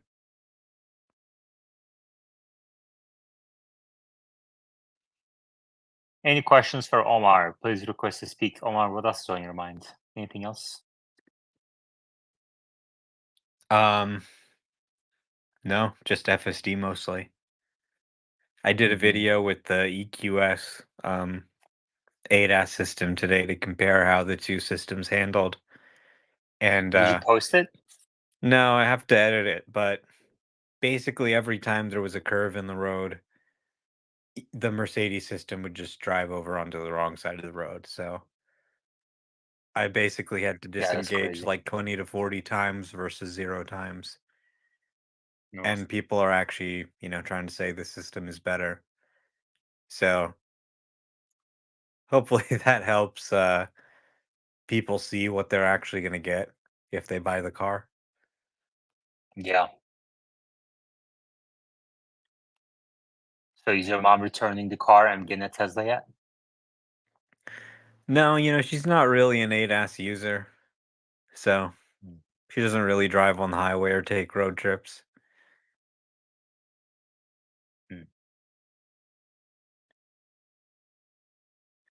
Do you think she'll keep what's the lease term? 3 years? Yeah. You think she'll keep the whole thing? We'll see what happens. So far, Well, it seems okay. if she ever wants to exit the lease, I know a couple of websites to help you do that. All right, sounds good.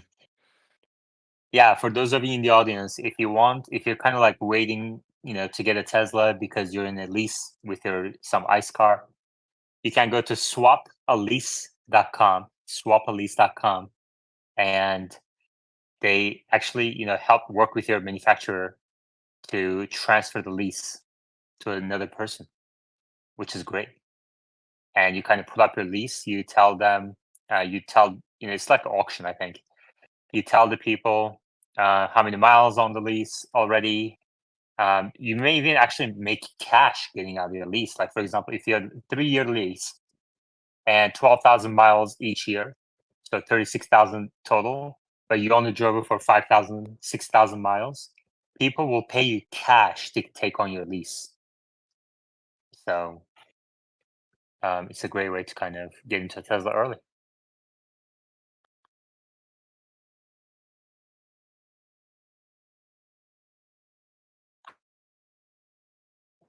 Let's see what's on this page real quick. Tesla Cybertruck has arrived in Istanbul. Tesla Cybertruck İstanbul Havalimanı'nda görüntülendi.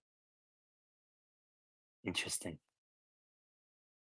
That's funny.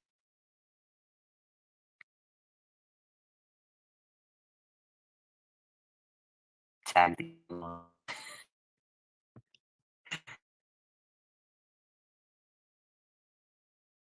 man, this around the world.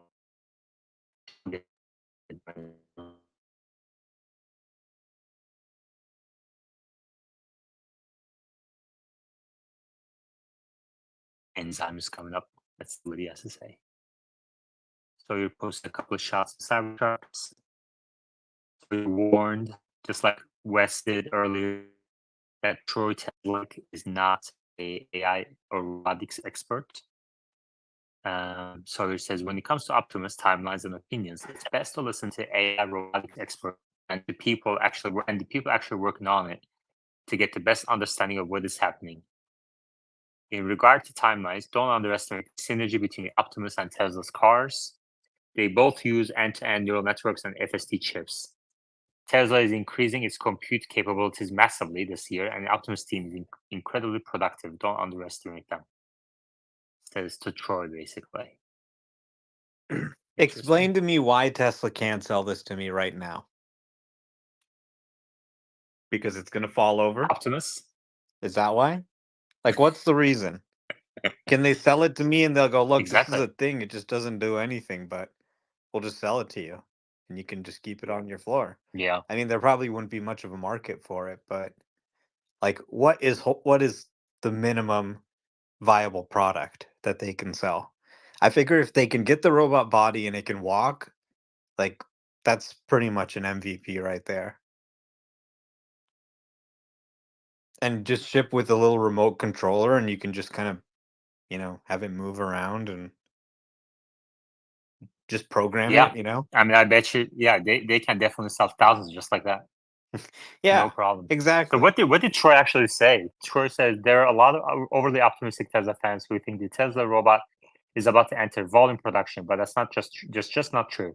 It will likely take another 5 to 10 years of development before it can even be considered for commercial use.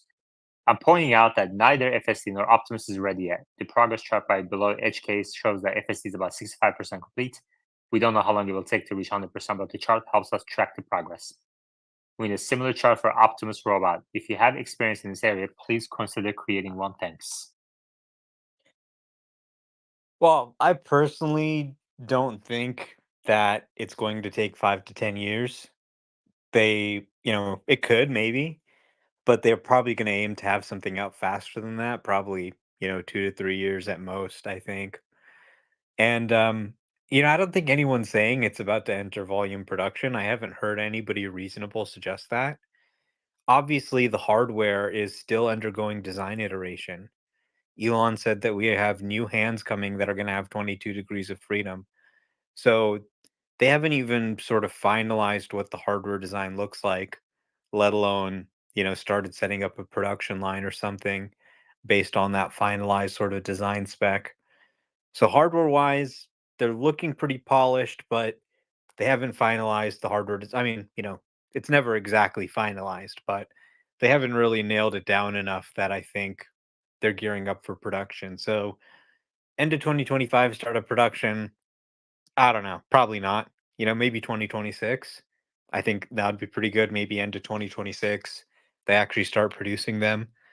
That sounds, maybe more reasonable, especially if they're, aiming for end of next year and they kind of miss, they can maybe get it out in 2026. Then in terms of the software, I mean, we're seeing, you know, nothing really. There's no sort of operating system of Optimus that can understand language and process vision and understand our queries. We're seeing very basic sort of tests of the hardware and running sort of single neural nets on the hardware without any sort of general purpose operating system or sense of what that final software platform really looks like at all, right? The companion app, all this stuff that goes into making it an enterprise product or a commercial product. So I don't think anyone has any illusions that this is suddenly going on sale tomorrow, but can they start using it in the factory to do some stuff and start training it in the factory to make it more reliable? I think they're going to do that. Sounds like they've deployed two of them into their factories. And obviously, it's incredibly slow. It's not going to be as good as a human, but can they actually get it to be as good as a human? Can they get it to be faster than a human, better than a human? If they can, then they can have more of them in the factories working alongside humans. And that has immediate implications to their bottom line. Okay. And if it has implications to their bottom line, then there's a market to sell it to others too. And eventually I think a consumer market too, once the software is ready for that. So obviously this isn't going to be material this year or even next year, really, but it's just cool, you know? So I think he's right in that it's not going into volume production soon, but have you heard anybody say that? I haven't heard any reasonable person say that. So I think he's kind of arguing against a little bit of a straw man. I'm not sure who's making this argument that it's about to go into production.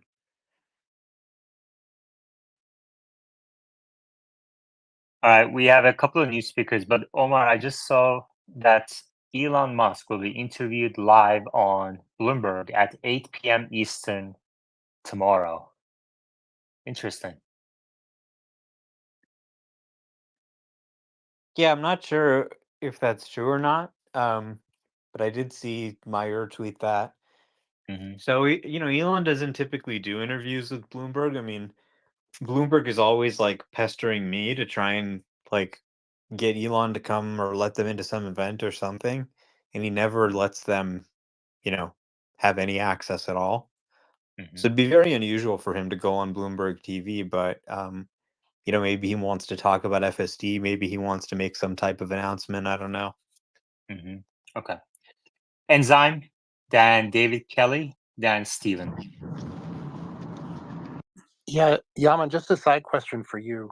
At this point in your channel's monetization, if you're just listening, is it better to listen on YouTube or here?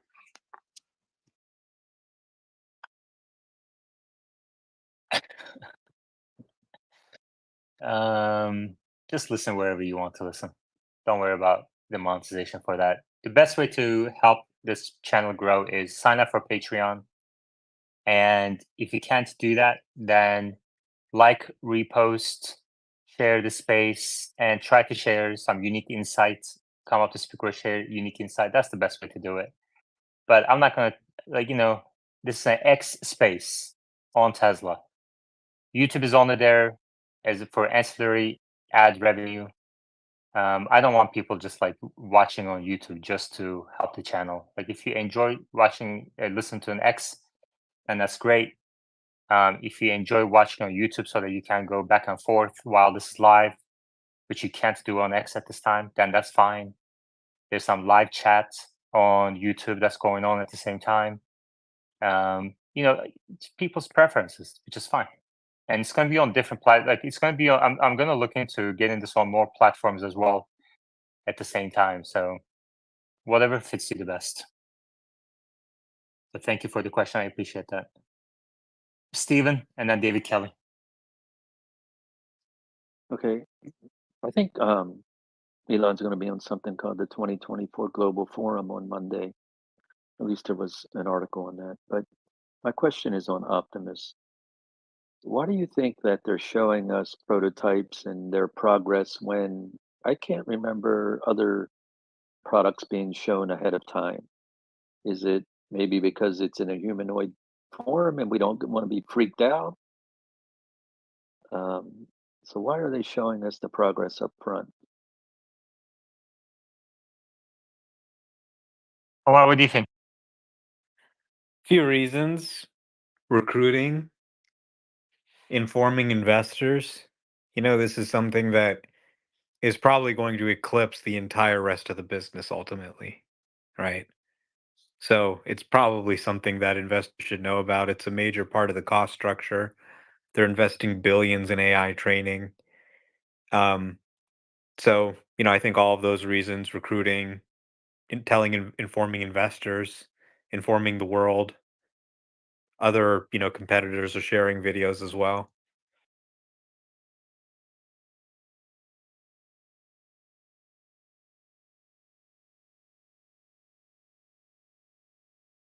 Stephen, does that answer your question?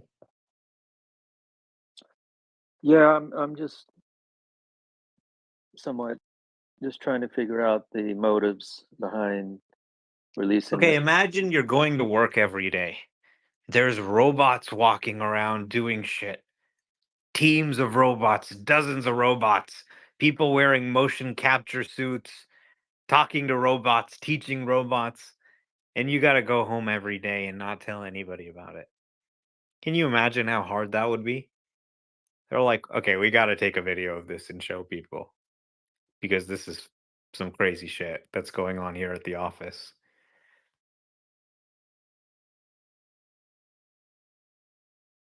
Yeah. And Stephen, I think there's something to say about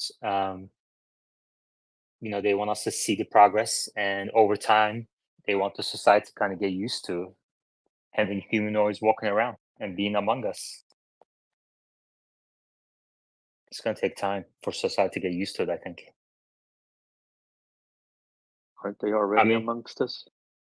Yeah, maybe, right? Tesla put the Optimus in its stores, I think about a year ago, starting about a year ago. So it's the first thing that you see when you walk into a Tesla store. And I spoke to the employees over there, and they said, the one in Austin, they said, you know, people come up and ask questions. You know, what can it do? What can it do for me? When is it going to come to? Can I buy it? Can I reserve it? Which is really interesting. I think Optimus in the stores is just Musk saying this is the future of the company. It's not really about the cars. It's about the intelligence that's going to be in the cars, but also in this humanoid robot.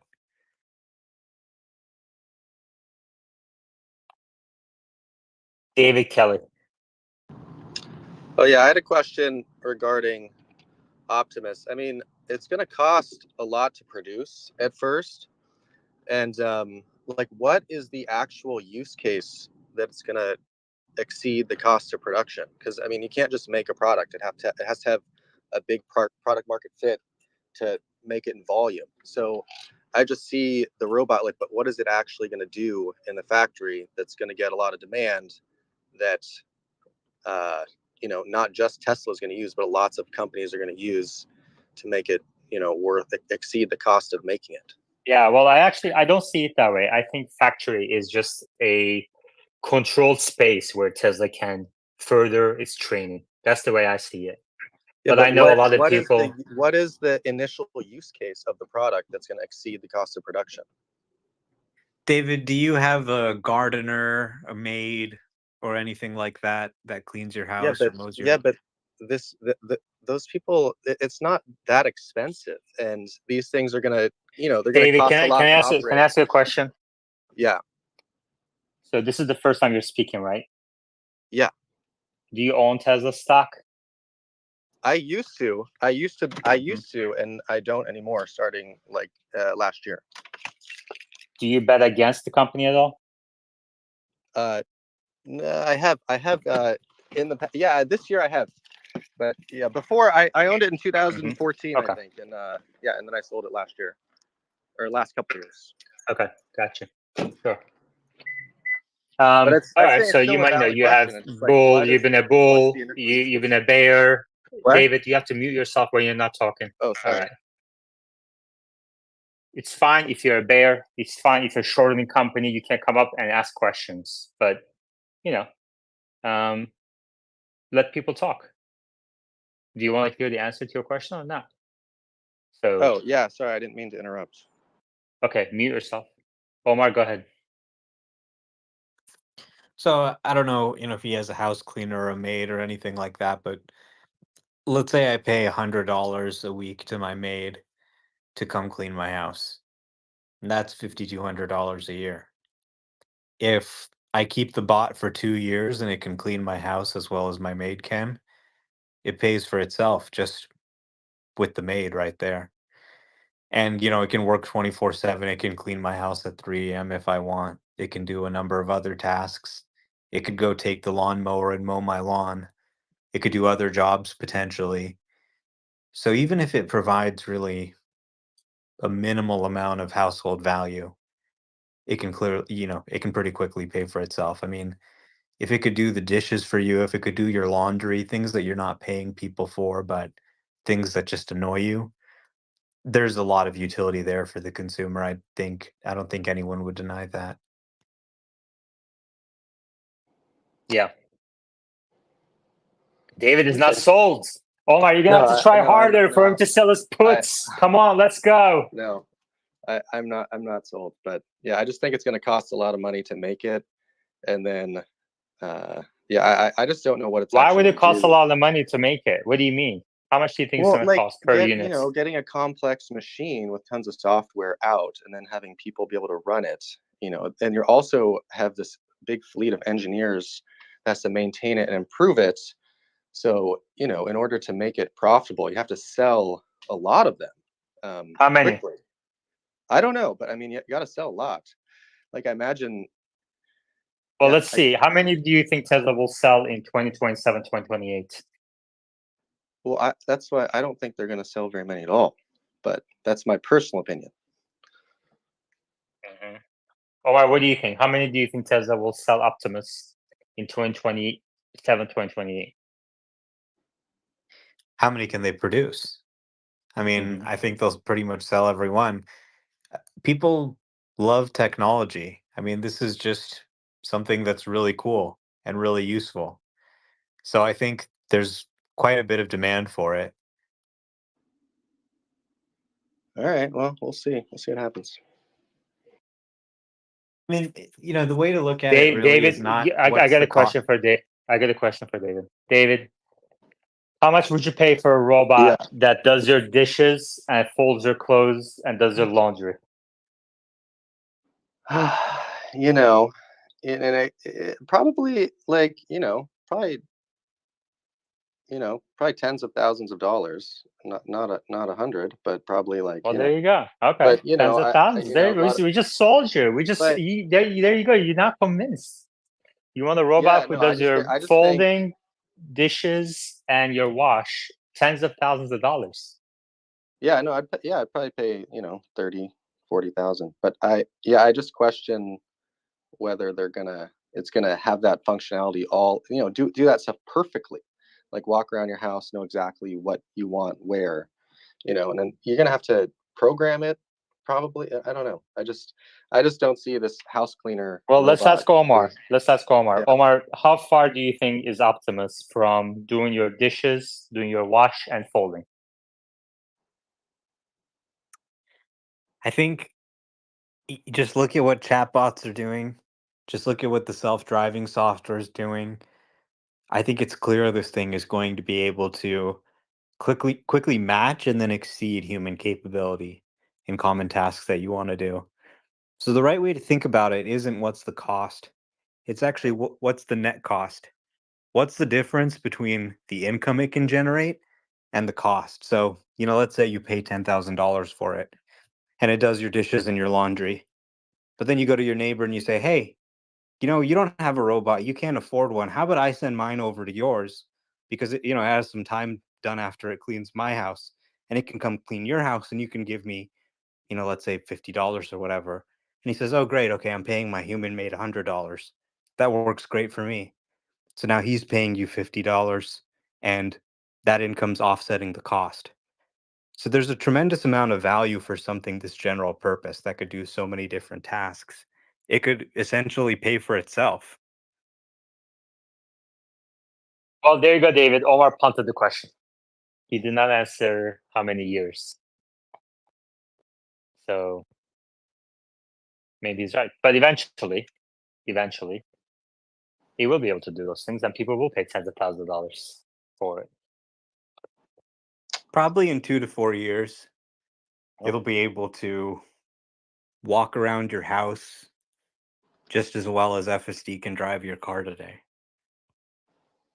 All right. Well, we'll see. All right, I got to go. Bye. All right. Steven, then Jerry.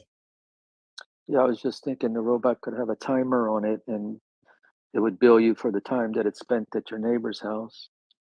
But Omar, you were saying or you guys were saying, how much would you charge someone for doing the dishes and everything and laundry? And my wife does all that for free, so I'm not sure what price tag to put on it. Yeah, but how much money did But you what spend would on she dates? pay to not do it? Oh yeah, Oh, she there you definitely go. paid That's a better 20,000. question. That was a joke, by the way. Mhm. Tesla will triple in 2022. Go ahead. I had a question for David, but he dropped, so I guess I'll pass till later. This sounds familiar. This voice sounds familiar. Yep, this is my new account. Just I wanted to save that Tesla will triple into perpetuity. So there you go. Thank you. I appreciate that. That's so funny. Jerry. Yeah, my wife's got words for Stephen. No, my comment is, clearly FSD could be level 3 if Tesla wanted to. Like, it's way beyond that capability in my experience. So my question is, what do you think is the level of skill before Optimus is generally available? Like, clearly they could do, bricklaying, pipe fitting. Like, there's a lot of things they could easily do in the near term. So what is the level of skill before Optimus is generally available? Omar? I don't know. I mean, I would think probably for factory settings, you don't need too much. It maybe doesn't even need to walk. It just needs to be able to do some task, sitting in one place. But I would imagine at minimum, you'd have to have walking down pretty well, probably some type of speech interface. You'd have to have the hardware nailed down. So there's quite a lot of work to do before they can sell it to anybody. The more immediate milestone would just be that they show that it's working in the factory and being useful, as opposed to just being there for show.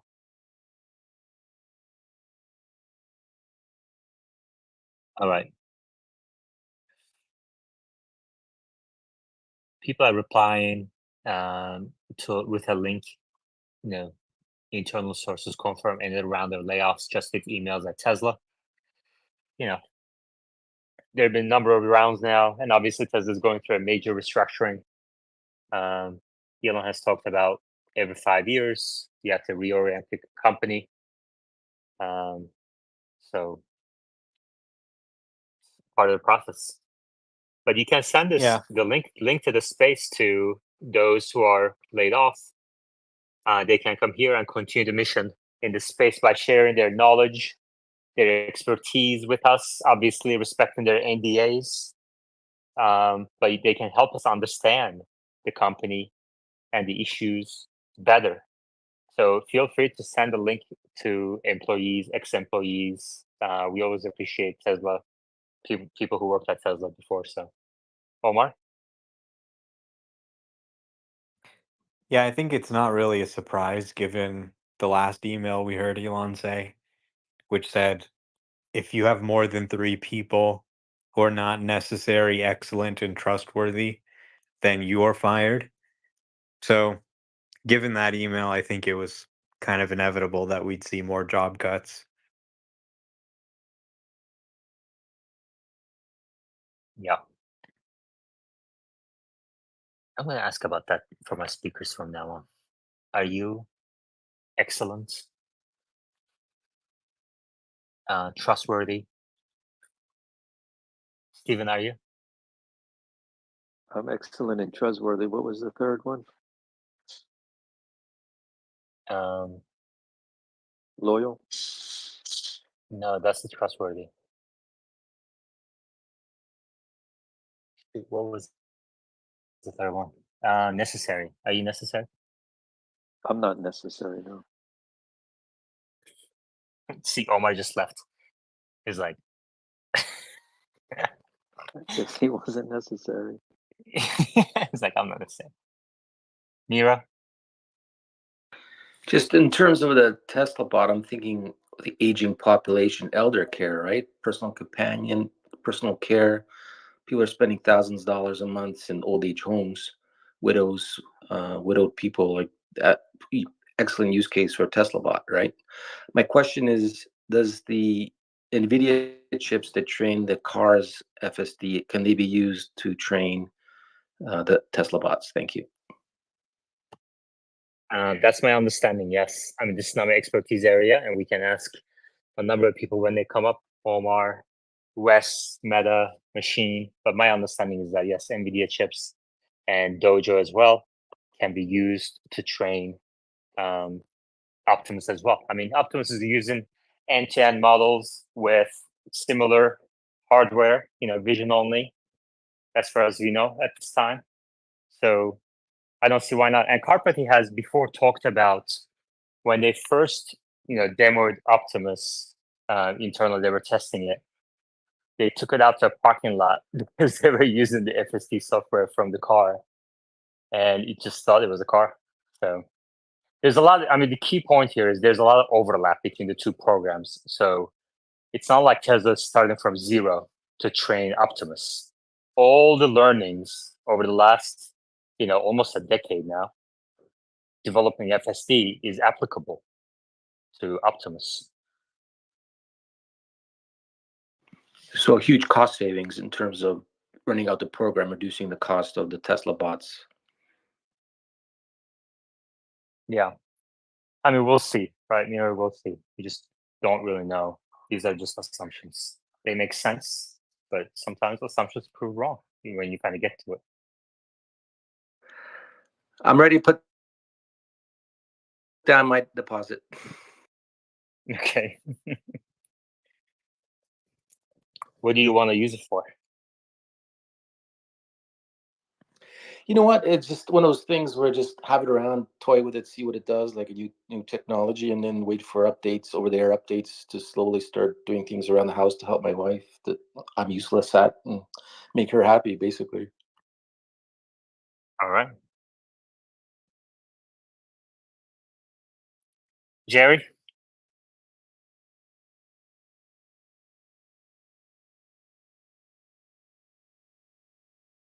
Jerry Fernholz, you may go ahead. I had nothing more to add. Thanks. Okay, William Brown.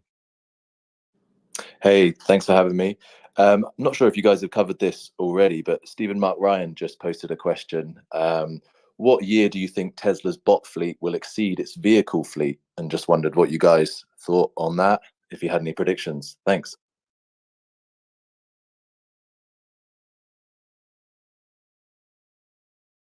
Okay. Let's see.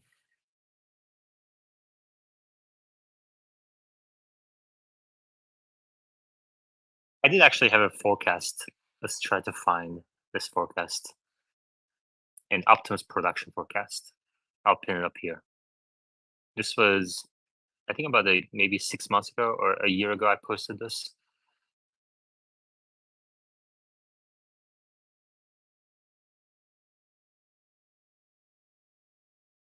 You know what I'm really curious about? I'm curious about the options on that poll.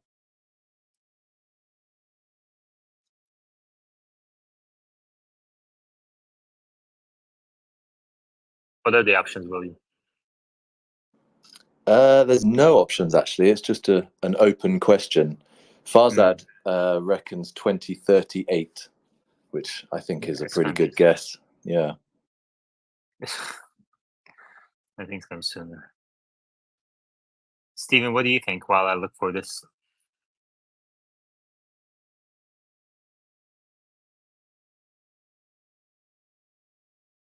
Stephen? What was the original question? The question is, when will the Optimus fleet exceed vehicle fleet? Tesla fleet.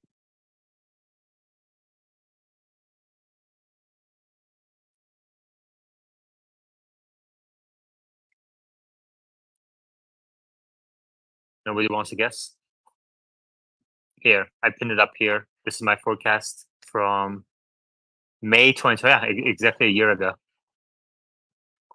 I basically just back up the envelope to kind of track it against this as the initial forecast, multiply by 10 basically every year. And 2023 would have been 100, 2024. So this year I have it at 1,000. And let's say our vehicle fleet, by the time we cross it, is going to get to 10 million. So where are we at on this on 10 million? 2028. Yeah. So sometime later this decade, William, is what I would say. I think you have to consider like the normal like human change process. Like, yeah, sure, from a business perspective, you can save a lot of money by implementing Optimus, but at the end of the day, there's a bunch of humans involved in that decision-making change. I think it'll be slower than maybe all of us would hope.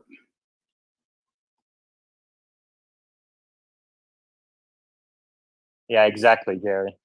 So who wants to put a year on this? William, I have it at 2030. Okay. What's your year, William?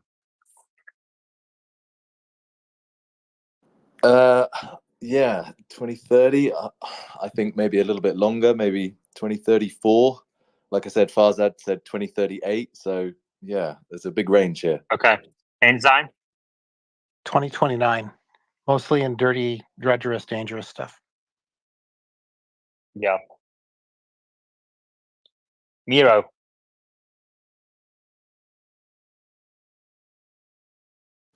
$2028. Okay. Did I just anchor everybody? I shouldn't have posted this until afterwards. I didn't want to interrupt. What's yours? No, it was the same. I was going to say 2029 before you posted.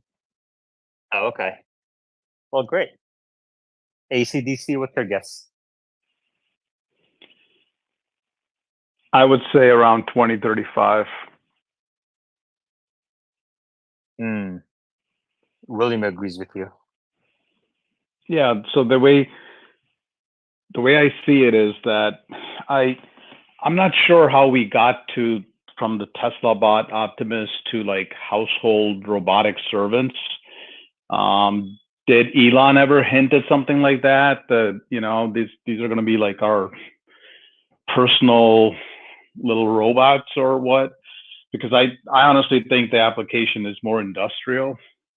Because if you look at any task that we do on a daily basis, every task is very intricate. An industrial task, on the other hand, like the Optimus picking up battery cells and placing them, each battery cell is the same, it weighs the same, the place where you place it is the same, everything. So that's a very robotic act, okay? Versus, like Omar was saying, how the Optimus can make you eggs. Well, every egg you crack is different, okay? And the amount of force you apply to it, God forbid a little shell gets into the egg and you take it out and fish it out and then scramble the egg or do whatever you want with it. I mean, so, there's so much intricacy. And I think Wes was kind of alluding in his conversation about the actuators and everything that would go into it, the endless amount of sensors. So just like how we got from I don't know what the original estimate on the Cybertruck was, but it definitely went higher. This Optimus, if it's ever going to complete those tasks, I can't imagine it being a $20,000 robot that everybody can afford. So I think the application is going to be more industrial with repetitive tasks. And if it does end up progressing to a humanoid form of household purposes, it would be at a much, much higher cost. And that's when the consumer has to realize, okay, so it's a $80,000 robot. Would I rather just do this myself or get an $80,000 robot to do it? Very interesting thoughts. I disagree with everything you said. I knew you would. Yeah, but I find them interesting, and I think it's a good kind of basis for us to, dig into. Either, we can start tonight, but obviously this has been going on for more than 3 hours already, pretty long for a Sunday. So we'll definitely continue on Optimus. And there's going to be a lot of different views and a lot of different forecasts, cost estimates, production estimates, capability estimates, how the software is going to evolve, hardware is going to evolve. I think things are going to move faster than people think, but hey, I've proven optimistic before. So maybe you're right. Well, here's what I look at it through, okay? If you look at FSD has been resolving for many, many years, okay? There's something still that's lagging behind in terms of, auto wipers, okay? That's because it has so many intricacies to it, okay? So imagine that's just one portion of it. When you have household tasks, let's just say take dusting, for example, you dust across one side and you leave a streak, then you go back at it. I mean, our cars can't pick up raindrops. So here's what we're going to do. I'm going to get Steven's thoughts, and then we're going to do a one-on-one with AC/DC. Steven, go ahead. Okay, real quick. 3 household tasks that I do: cut the grass, vacuum the floor, and wash the windows. That Optimus will do. Great. Thank you, Steven. All right. One-on-one, AC/DC. Are you feeling lucky? Very much so. I used to have these one-on-ones with Meta, but I think he's busy these days. And I would go on these like long walks, 2-3 hour walks, and we'd have nobody else on the speaker board, and we would just kind of go back and forth, dig into things. It's a pretty cool time. Those are the good old days. I don't know about 2 to 3 hours, and as long as you don't, as long as you don't pull a DCF model on me. Yeah, that's actually coming, by the way. DCF on Optimus is coming. But anyway, so let me ask you this: why do you think Elon is displaying Optimus in Tesla stores? I think it's a critical part of the company, of course, and it's somewhere where a lot of the capital is being deployed. But I just don't understand why we're taking this as a household, utility robot versus an industrial one. Well, first of all, I don't think it's mutually exclusive, right? It can be both. And Tesla's going to train it in its own factories. But I think the argument against the industrial robot thing goes, there's a lot of purpose-built automation in factory settings. Do you really need a bipedal humanoid to go around? And yes, we have humans in many factories today, right? Maybe it'll be replacing that. But how many robots do you think Tesla would build and ship for industrial purposes? On top of all the KUKA robots, on top of all the KUKA robots that are purpose-built for specific functions, right? Right. And I think a lot of that depends on the walking part of it, because the only way I see a difference between a stationary robotic arm, which is already deployed in many factories and industrial applications right now, is something that would have the mobility to go from one station to the other. Okay, so that all depends on how solved the walking ability is completely resolved and everything, but it doesn't have to be a humanoid to work at a factory. It Like doesn't, even let's say, exactly. like it can be stationary. It can have wheels. Yep. Even if you say it maybe needed 2 feet to climb stairs, right? I mean, you can go around that in so many different ways. You don't need it to look like a human. So Right. why does it look like a human? I think that's just the Tesla. That's just the No, Tesla I don't look. think so. I don't think so. Look at Figure AI too. It's not just Tesla. Figure AI is also doing a humanoid. So why are they doing a human form?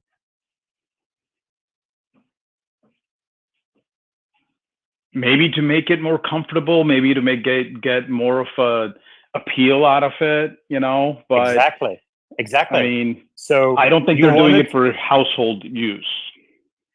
But why do you want to make it comfortable in a factory setting? Why do you have to make it comfortable in a factory setting? If not for humanoid use, I mean household use. Well, okay, so going back to that, I think you could literally have a robotic arm going on wheels and do a lot of the tasks, right? But the human functionality of 2 legs, 2 arms are completely different. Okay, you could handle 2 objects at the same time. You could, swivel around in a way and everything. So maybe it has that purpose, that they've calculated that actually a human form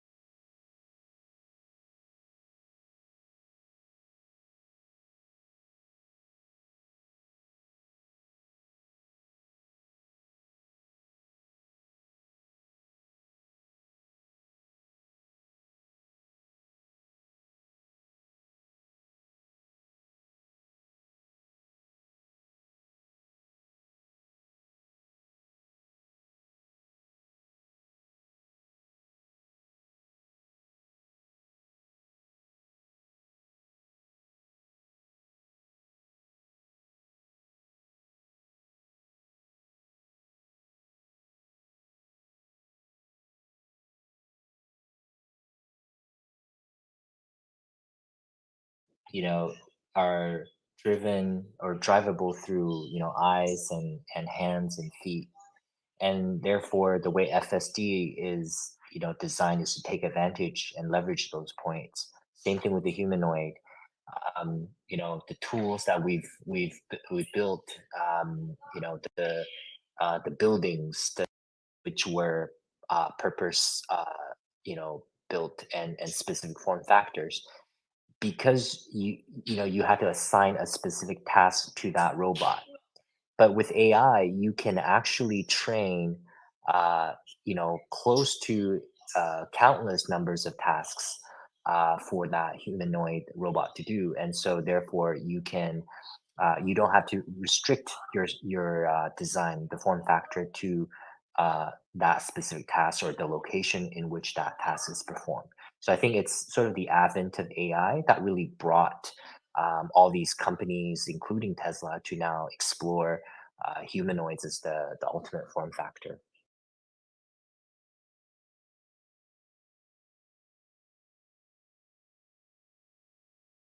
ACDC, I think humanoids, will play a role way beyond factories in the future. I don't think they're going to be limited to factories. And the only reason, or the primary reason, I think you want to make a human form is to make social acceptance and emotional connection with other humans, which are not necessary in a factory setting. I agree with that at some point of time, they will, and they could be literally integrated into our households. But we're talking really, really like way too early for that, because going back to it, we have to get to the cost aspect of it for it to get to that, personal household form. Okay. And that cost aspect of it is going to be much higher than an industrial application of it. What do you think? What do you think is going to be the cost to produce one? Let's say when Tesla produces thousands of them or tens of thousands of them in a few years, what do you think is going to be the cost to produce one? After listening to Wes and talk about all those actuators and sensors and everything, I mean, we have sensors across our whole body. Okay, that's what helps us operate, in a daily functional way. So when you have to put all of those things to actually get it to that high level of functioning, I'm thinking this is going to be close to $100,000 robot, and of course this could be going off 15 years from now, and all those sensors and everything are cheaper at cost. But as of right now, I can't imagine that being less than $100,000 What robot. sensor is there on an Optimus that's not there on the car? On the car? Yeah.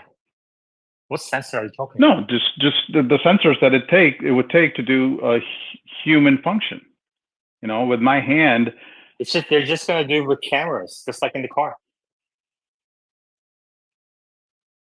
Okay, kind of like going back at it, like, just the example of cracking an egg, and every act has its own intricacy. Okay, the certain amount, not every egg is as hard as the same.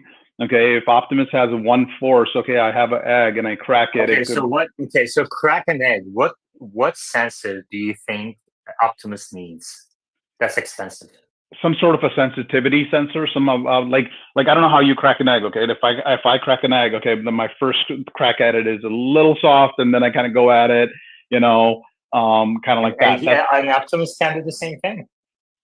So then it would need some sort of a sensory feedback for something like that, right? And yeah, I mean, you can do haptic feedback on your fingers. Like, that's not very difficult if that's what's needed. But but I don't really like when I'm cracking an egg. I don't really with my fingers feel how thick the shell is first. I just not with your finger, just with a tap of with a fork or whatever you're cracking it with, or on the side of a bowl. Yeah, I think. Sometimes I feel like humans think that they are way too complicated than they are. Actually, I don't think you need these like insane sensors on Optimus. And if the car costs $20,000-$25,000 to produce, why would something that weighs 1/10, 1/20th cost $100,000 to produce? That makes no sense. Well, you're talking about a lot of miniaturized sensors in a much smaller form. Okay, Yoda? Yeah, I think the most interesting frame on the new Optimus video for me was on the 18th second. There was caption that says, using only 2D cameras, hand tactile, and force sensors.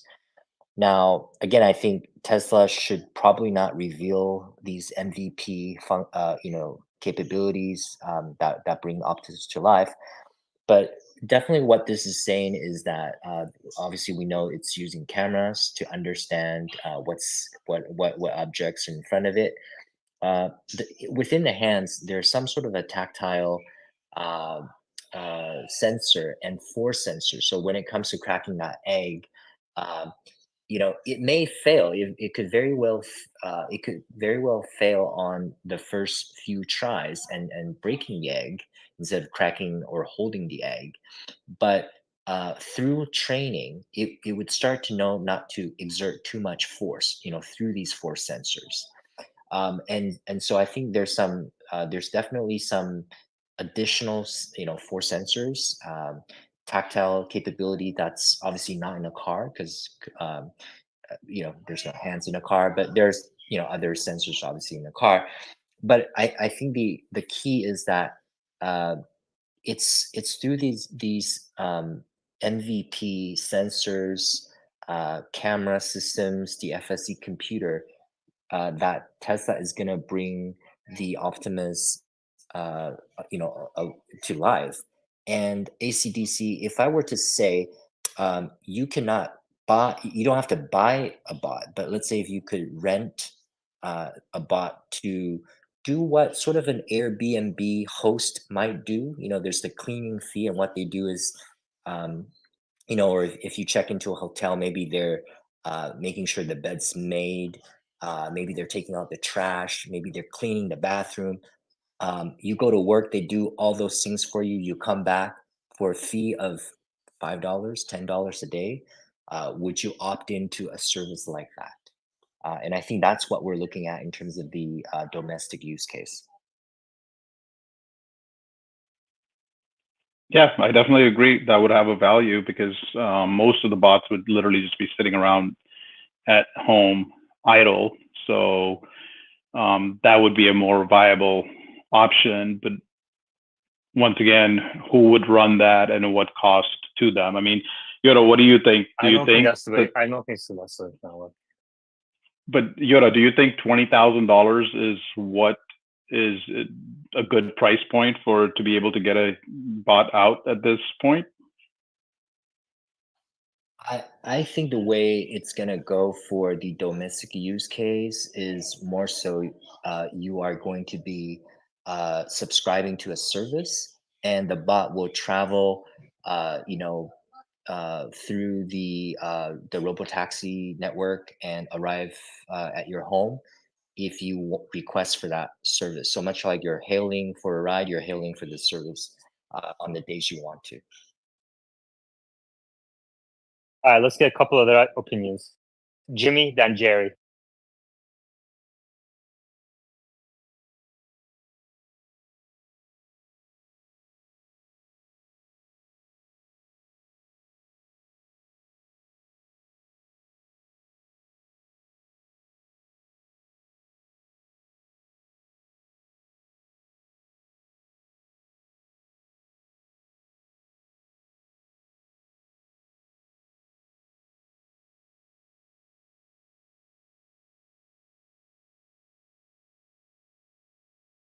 Did Jimmy talk? Can you guys hear him?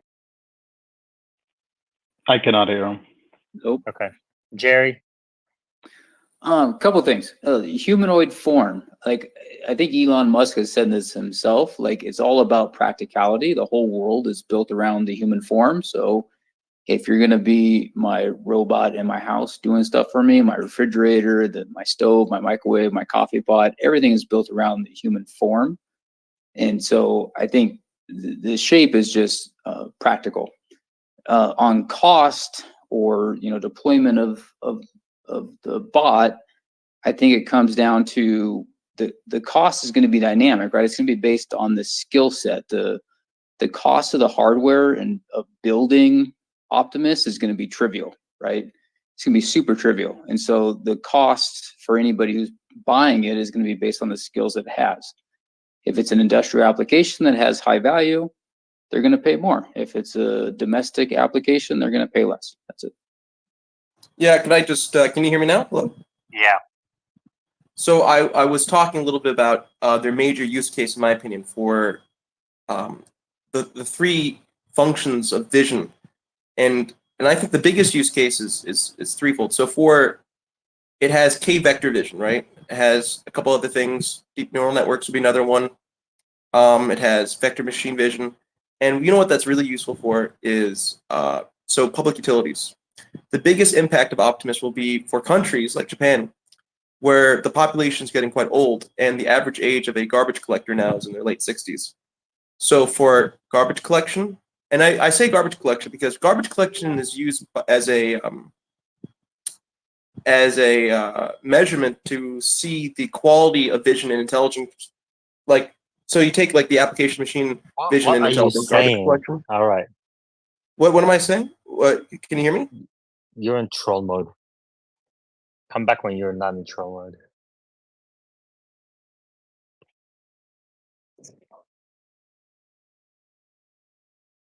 ACDC. Looks like we can make some coffee bets here.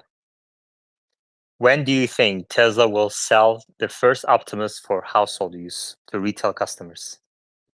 That you can buy it. The most basic form for retail use, I could see that roll out by 2030, 30. Okay. Interesting. All right. I'll take let me look at my forecast again. Let me be consistent, unless if I have a reason to change it. Oof. That's a hell of a forecast. All right, let's see. All right, we'll set it at 2028. Okay. So you get 2029 and 2030.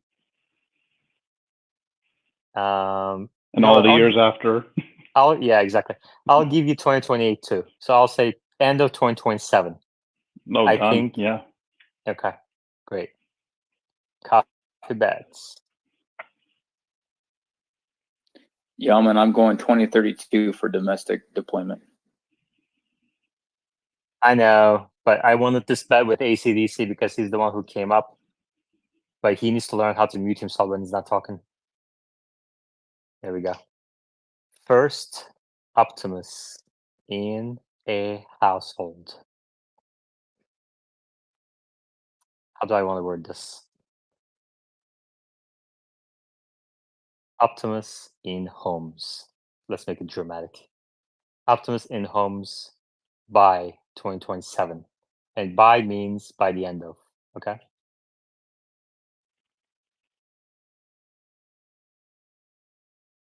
Yeah, I think this is good. ACDC, what's your handle again? At P as in Peter, G as in Gary, S as in Sam, the one. Okay, great. Optimus in homes by 2027. I like it. And Omar's coming up to say ACDC is right. Curious to see what side Omar is going to take. Omar, which side are you taking? Who do you think is going to win this bet? What was the bet? Optimus in homes by the end of 2027. Yeah, I think probably. Otherwise, Oh, it's a boom. failure. Let's go. ACDC. Omar says, I'm right. Send me my coffee. Yoda disagrees. Oh my gosh, with a thumbs down. Wow. Yeah, I have a I was just question. about to declare victory, and Yoda swooped in a last second. If Go they can ahead. get the Cybertruck to market, they can sell a robot. Okay. My question is if Optimus is delivering a package, does that count as a domestic use case or home No, use it case? has to be in your house, in homes. It's got to be in a home. You know, like a live-in maid kind of thing.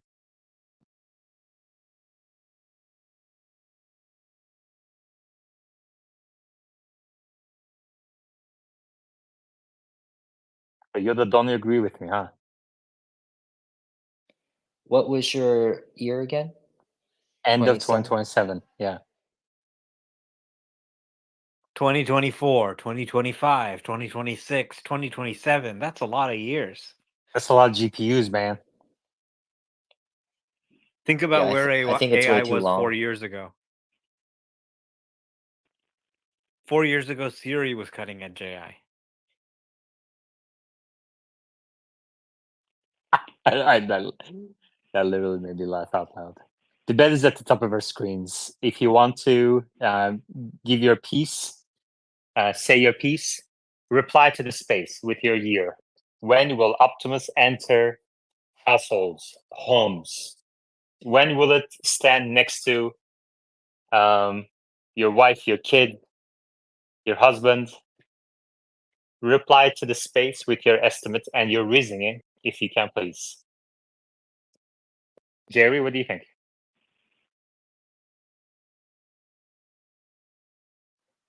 $2032. I think it will be deployed in all kinds of industrial applications long before it ever shows up in your house. So you're with ACDC, and I'm with Omar. Yoda's in between, trying to decide.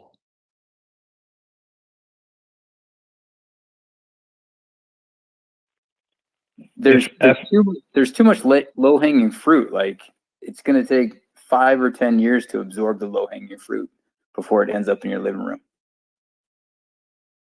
ACDC?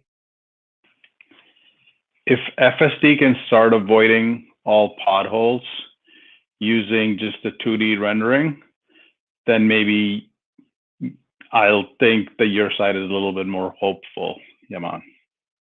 You know, people have been actually reporting lately that FSD does.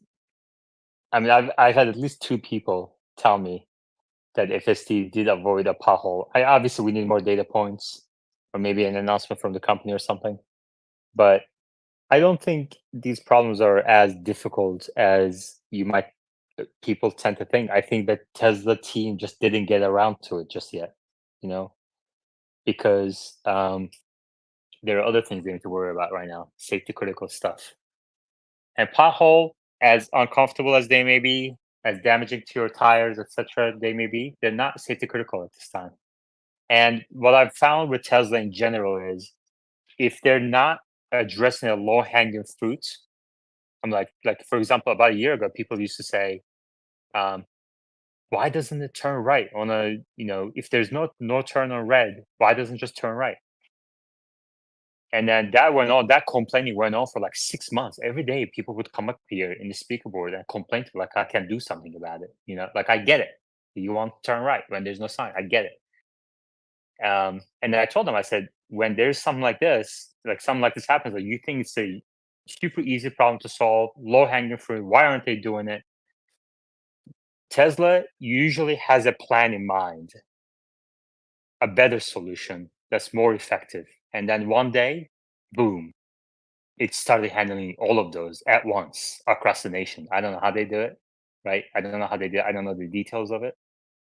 But that's usually how it goes with Tesla. So I think potholes is going to be one of those situations where very soon, I think, across the nation, all Tesla will be able to avoid potholes. And then ACDC will be here telling me, Optimus in homes by 2027. Yeah, man, what do you think? I mean, you will never run over a pothole again in your life because one car will see it, it'll report it up, and your car will just avoid that pothole. And you'll forget that potholes existed. That's how good it's going to get at avoiding potholes. Yeah.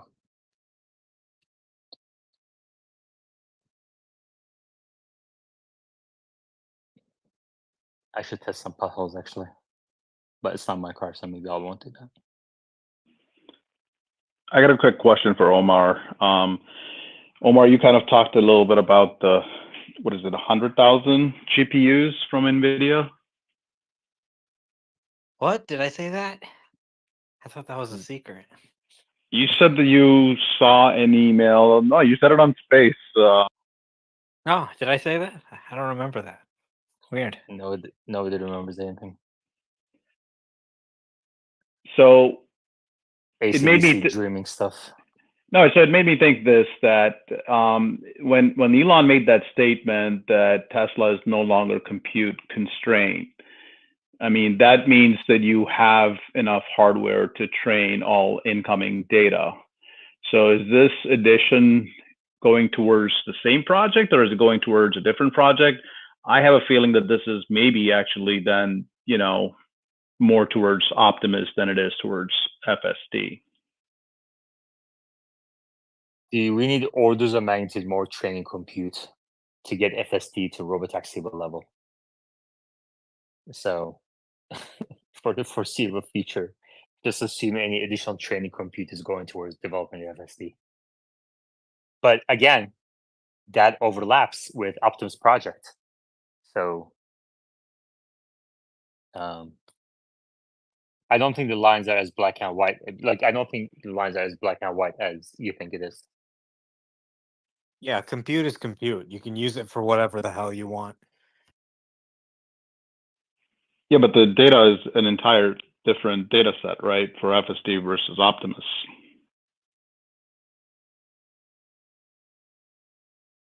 Nobody gives a shit about Optimus. It's all for FSD. Optimus gets the scraps that are left over. Let's be realistic here. That's what I wanted to hear. My bet looks better now. Right, Omar, you just contradicted yourself.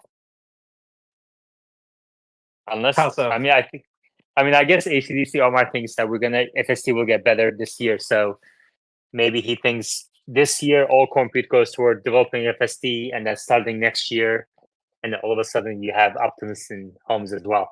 So I guess in that sense, I they mean, can a lot of the justify it. time they use the same model in both the car and the bot.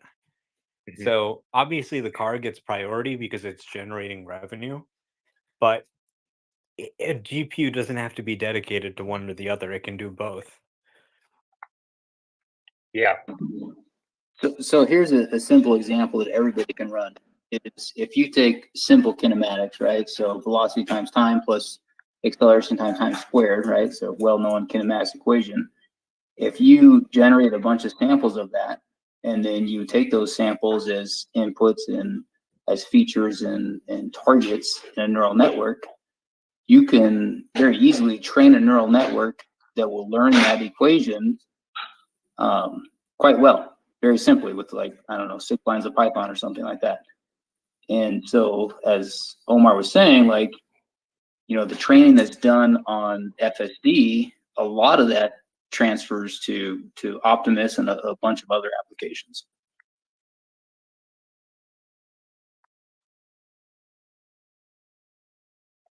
ACDC, let me ask you a question, a question Omar asked earlier.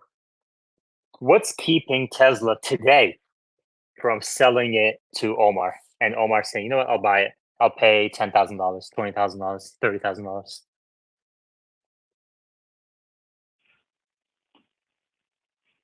I think it would be a novelty item, maybe something on the accessory shop, and I think they would get a lot of buyers for it.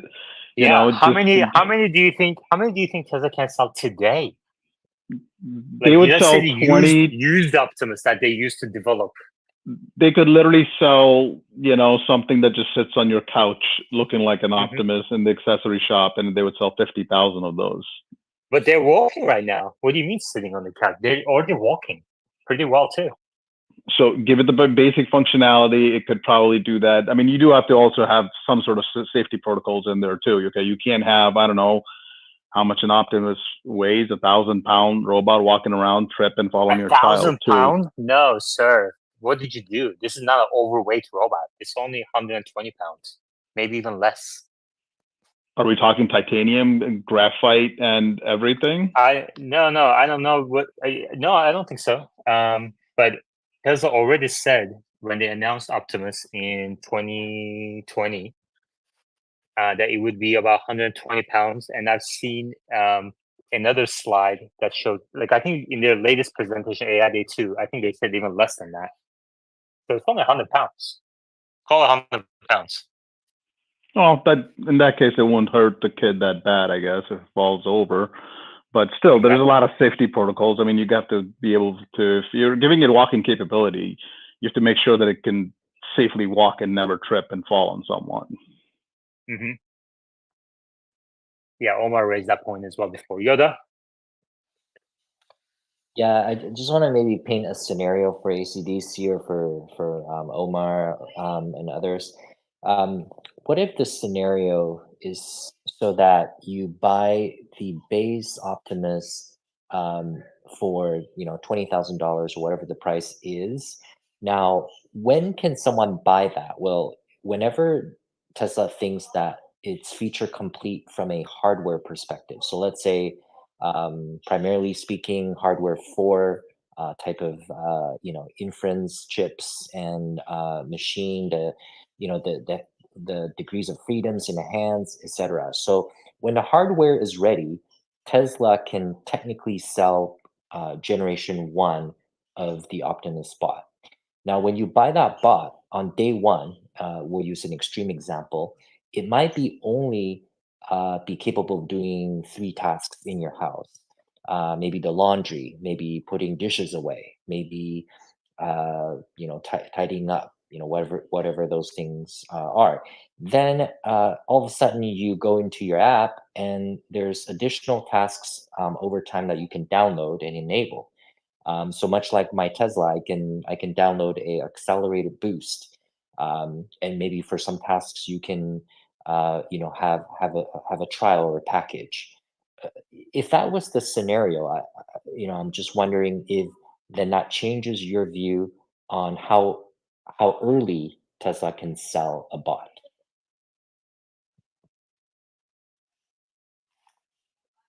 ACDC.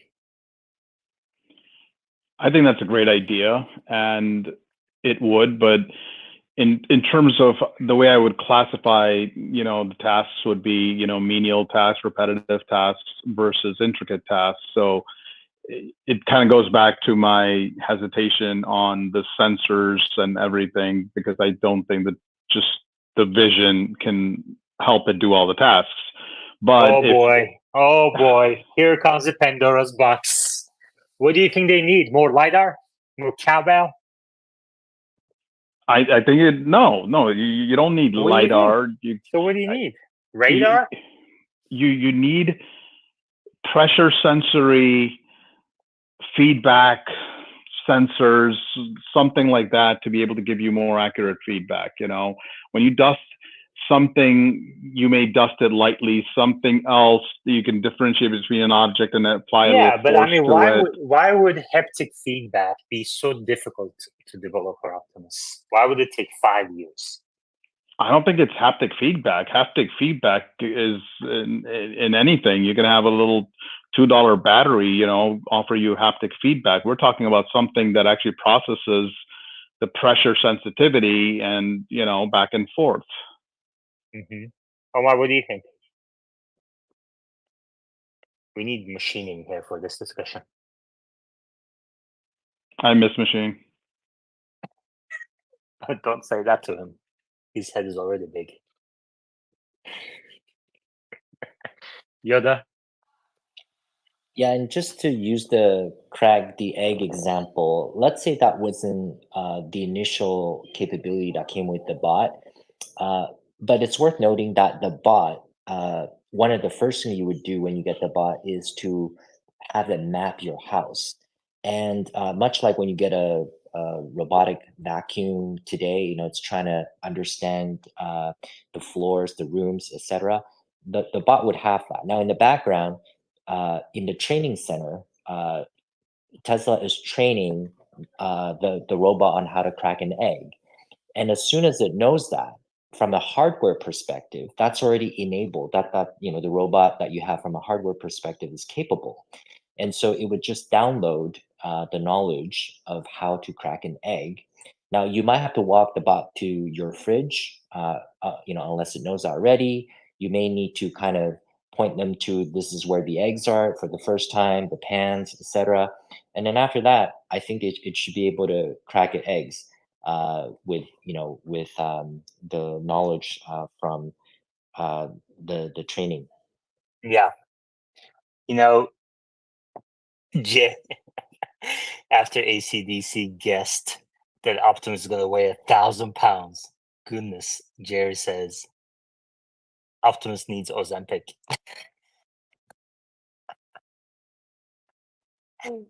Amy? Okay, just wanted to point out that the motors or the actuators in the fingers, in the wrists, the arm, or the elbow, they're going to give you feedback on pressure. So that's how it picks up things now.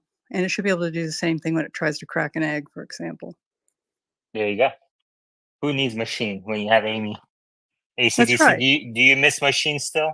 Because he's in the audience. He can come up anytime he wants. No. I mean, Amy's good. In fact, that's very informative. I'm surprised I haven't heard from you here on this board more, Amy. Do you want to elaborate maybe some of your background or experience? No, I'm an engineer. I'm a mechanical. I think machines are mechanical too. Have you worked with robotics before? Not really. I've worked in aerospace. So we used to have this space. We've had this space for about 2 years now. And for the first year, it was like 50 people. And Amy is one of those people. So once you've been in this space for 2 years, you can come up to talk about anything. I think maybe we should have a rule like that. because you've listened to all the experts talk about their fields for 2 years. I mean, that's pretty good. So,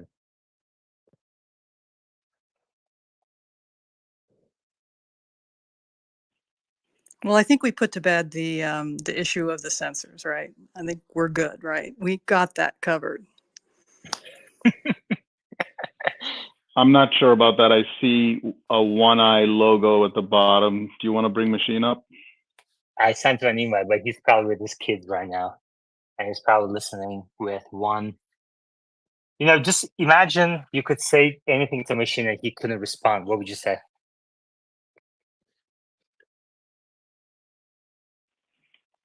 I miss him dearly. Oh my god.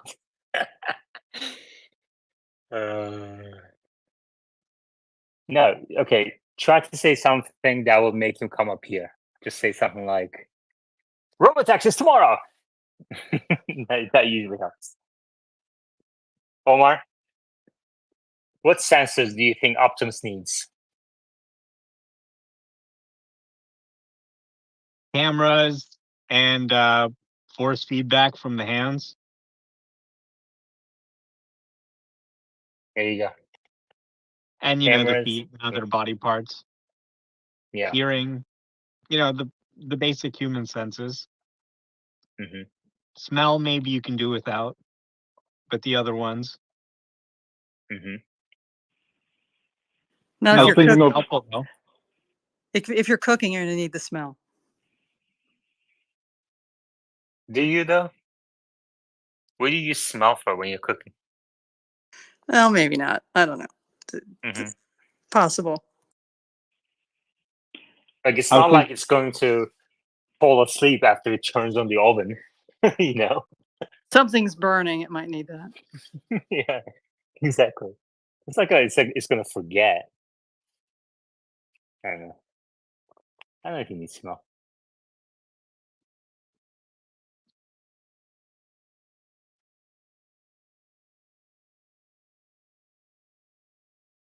Well, ACDC, there you go. We have cameras and some sort of force feedback for the hands, which is not going to cost you $100,000. And cars cost you, $20,000 to $30,000 to produce. Some of the cheaper cars, other models can cost like $10,000, $15,000 to produce, and they're 10 times, 20 times heavier than what we're talking about here.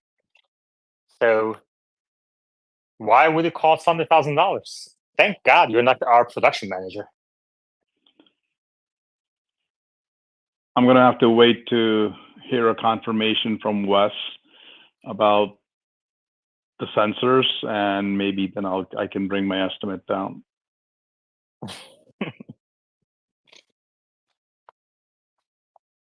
We can't reason through it. Jerry? I just want to talk about Optimus cooking for a second, if we can. Mm-hmm.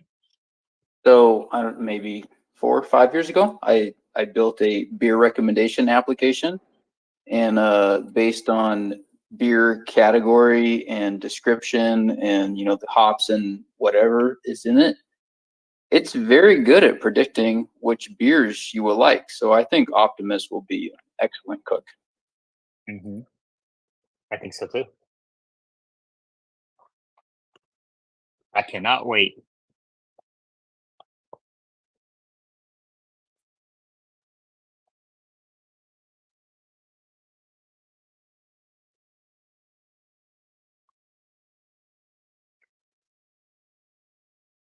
And then the other thing, ACDC, is that cars have 50 to 100 kilowatt hours of batteries, whereas I think Optimus is going to have way less than that. We're talking like probably 1/10 to 1/20th the size of the battery.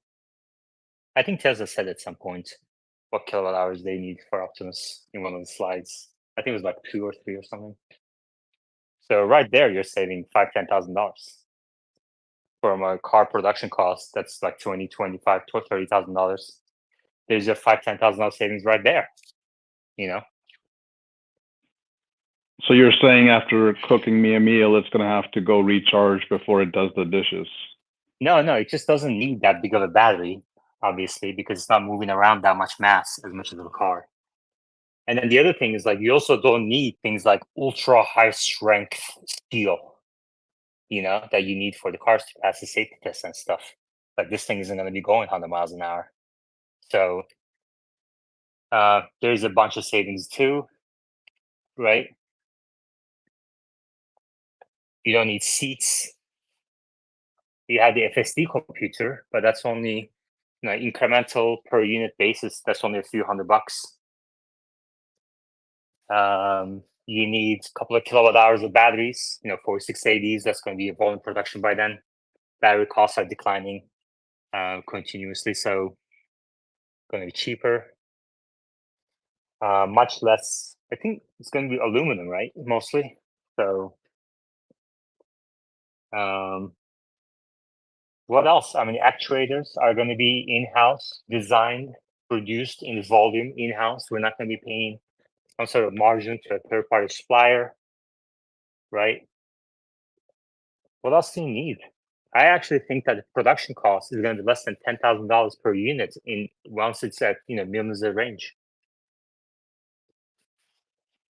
In mass production. I mean, the only reason why we're estimating the cost of Tesla cars is because we have reached absolute efficiency in gigacasting for the cars.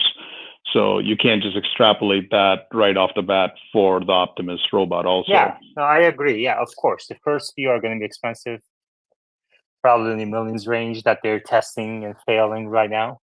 But that's good investment for the future. And once it's in volume, your production incremental, marginal cost is going to be less than $10,000, I think. But you know who would know this better? Scott Walter, right? His name. He would know this. So you can ask him. He's on X. You've seen his videos. But I think he agrees with that. So what's the most expensive item, do you think, on Optimus to produce?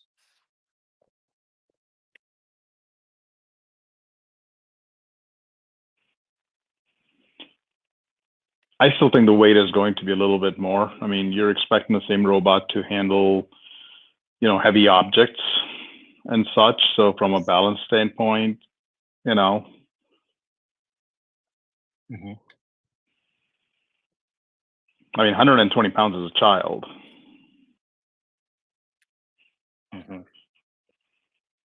Yeah, I think it's supposed to be like 5'8" or 5'7" or something.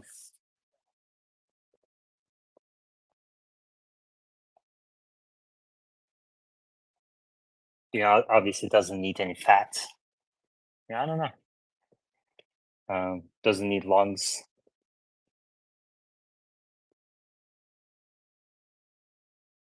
Doesn't need water, right?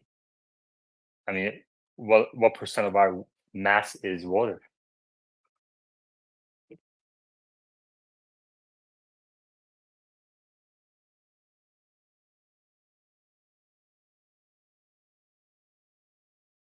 It's not gonna be lifting cars. What do you mean, like heavy weights? Well, once again, are we talking about a completely different industrial application versus a household application? Even in the household, it could, you know, it may need to pick up the heavier object. I don't care how strong the 100. Like a couch? Well, move a couch, push a couch, lift heavier things. I don't care how strong a 120-pound person is. The balance point, I think, is a little bit different. So, and especially in industrial applications, it's going to need to pick up or move much heavier objects. Well, I mean, let's say you want to move around some couches in your living room. You could go to the network and say, or actually, probably Optimus would do this automatically, and say, "Hey, I need some help, guys. Come on over."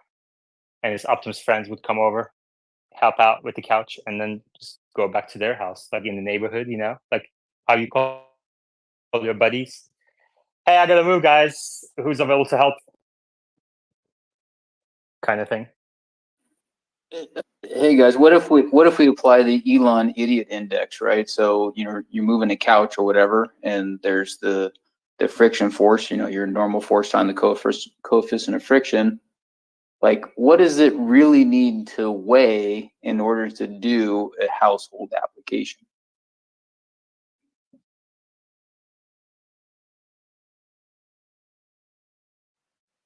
And as a counterpoint, I weigh 140 pounds and I managed to survive my whole life. So why does it need to weigh any more than me? There you go. Have you ever lifted a couch though, I Jerry? have. What if you have to lift a couch? Did you call like 3 people to lift a couch? In fact, I lifted the couch today because somebody had their dog peeing on the carpet on my Airbnb. So in fact, I did. There you go. Visible triple.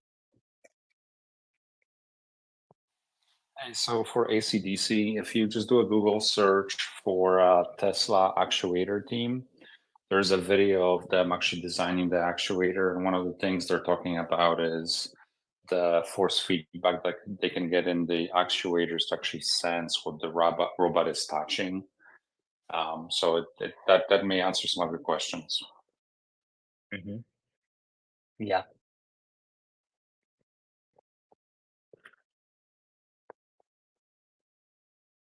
Nice. And ACDC just doesn't want to believe it because he's like, he already has too much Tesla stock. If I can guess. Would you like to place another coffee bet on the price point in 2027? What do you think? What's the stated price right now? What did Elon say that should cost them? What, 16,000 maybe? No. He said price of a car. Okay, so, well, did he mean 25 or did he mean? Yeah, probably like 30, I guess. I don't know, 25, 30. I thought people started going with 25,000. So. But you were at 100. Right? I'll take the over on that. No, you can't do that. Can't do that. You said 100 and Elon said 25. I'll bet you 50. We'll set the median at 50 at the splits. 2027. Uh-huh. End of 2027.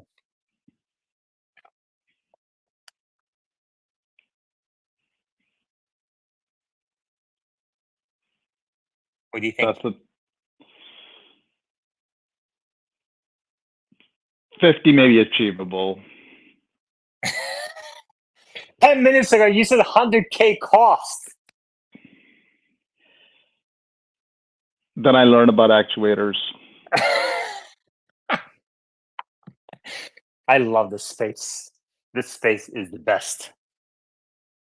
That's why I come here to learn. Mm-hmm. I love it. I've never learned faster in my life. Tesla will triple. Go ahead.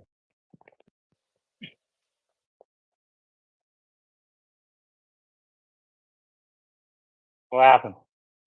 You have a connection issue? I would love the space more if you didn't have any connection issues. Tesla will triple. You're on mute. Oh, hey, can you guys hear me? Yeah. Now? Sorry. Yeah, we can hear you. So do you think it would help to think about the price of the Optimus in terms of its lifespan? Like, if it has to move couches every day, would it last 10 years? Or if it just makes eggs every year and dust, does it last 20 years? Because cars are kind of built for a certain mileage, right? So would thinking in those terms help with pricing the Optimus?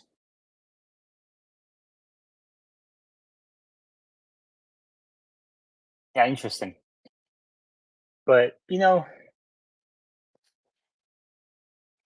you can replace the limbs if something goes wrong. You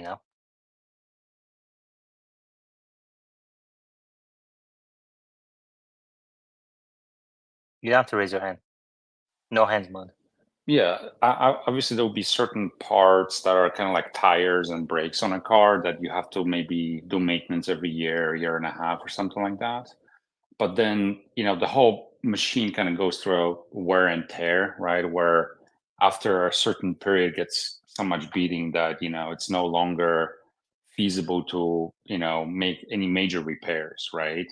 because then it ends up costing you more than if you just went and bought a new one. And obviously over time, as they make more and more of them, the prices will continue to But drop. see, I don't know, because like, you know, in a car, that's usually like once the engine goes, you know, you have to replace it by for another $10,000 or whatever. But there's no such thing. Like, what's the most expensive part of Optimus? There's nothing really that's kind of like standing out, you know? Well, I think obviously it will be two things, right? It's going to be the battery and the FSD computer, whatever that ends up being, and maybe some of the bigger actuators, like the Well, the both of legs. those are literally a couple $100. The battery is going to be a couple $100, and FSD computer is a couple $100.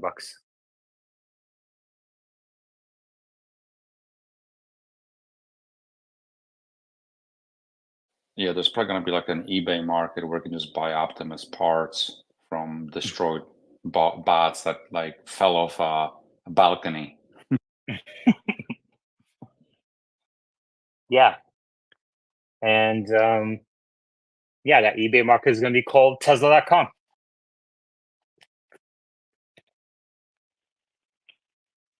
I just reserved domain for bots are us.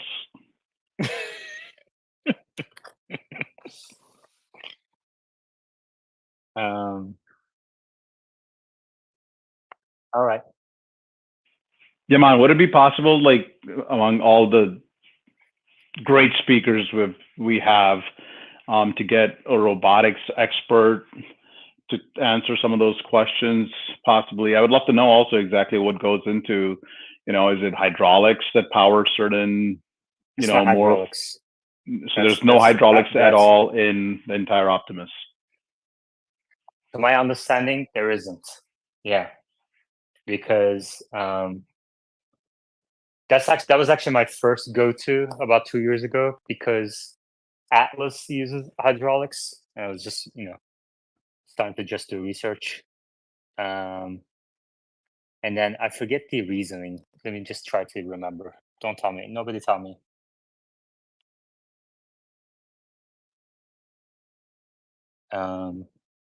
Hydraulic Atlas humanoid robot gets a big electric upgrade 2 weeks ago, USA Today. Yeah, I think it was Atlas. And the reasoning was, let's see, what was the reason?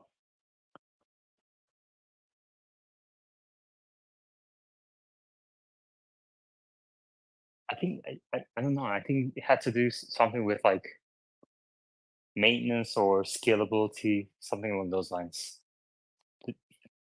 Tesla will triple. Do you know the answer? Why doesn't Tesla use hydraulics? I don't know the answer for sure, but I think it would be a nightmare to maintain that, you know, after they're you know in the field, right? Because any of those lines breaks, you need a mechanic that can fix it. It's not like you can just replace a component by yourself, right? There you go. It's not a scalable technology. You just repeated my words, I think. Trying to make me feel better.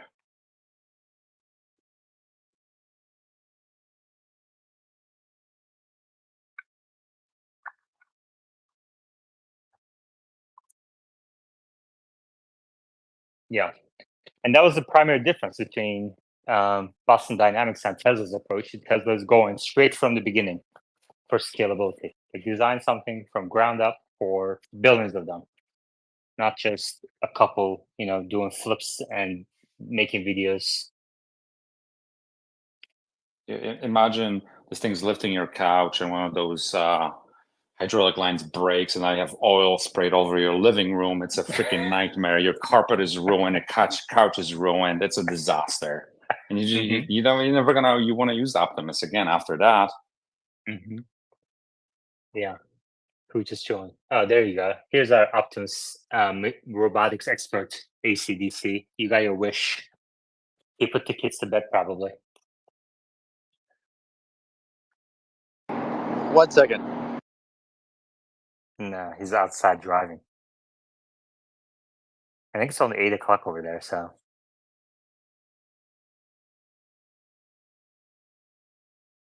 All right, what do you need answers to? Because everything everyone else said probably was wrong. First question is, what do you think are the sensors needed on Optimus? That obviously depends on the range of tasks you expect it to do. But I would say at minimum, obviously, cameras. Number two, the thing I was always touting, which I don't believe they had at first, was load cells under the feet, which they do now. And three is an IMU at minimum on the torso, which if IMU is a combination of, usually define it as 2 to 3 sensors. At minimum, you need to have an accelerometer, triaxial accelerometer, and a triaxial gyroscope. And those combined will allow you to measure essentially the orientation of and the rate of change of the torso, which is important for measuring balance. You also have a magnetometer, which helps you tell absolute positioning. Maybe that's not as important, but anyways, usually get them in a package. So those are the three main sort of sensors you basically need to have. Now, what about when you go ahead.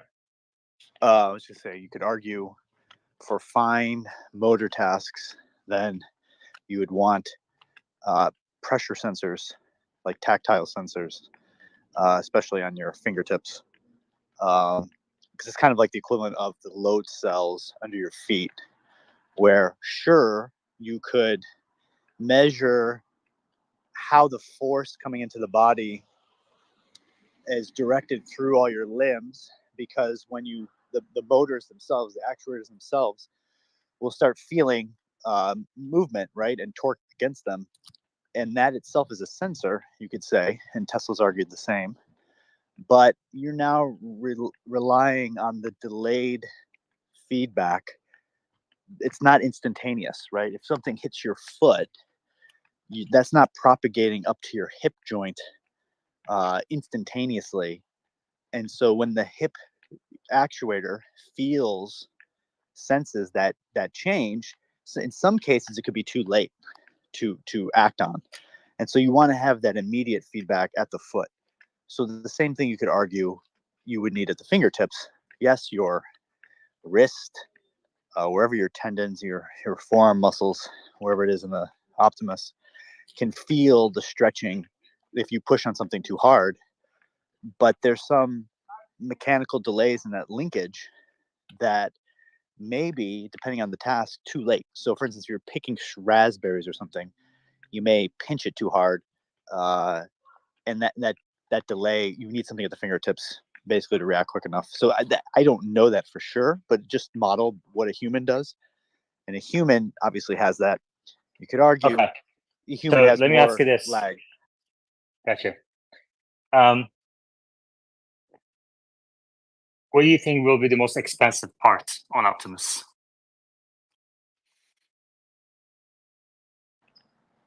I don't really know off the top of my head. I don't know the price of actuators. I can't imagine. I would think actuators like this. I don't know how much the inference, the compute chip costs. Like the battery should not be that much, right? It's supposed to be what? Couple $100. Couple $100. I feel like these actuators at scale, at volume, shouldn't be as much as, say, not nearly as much as a in permanent motor for a car.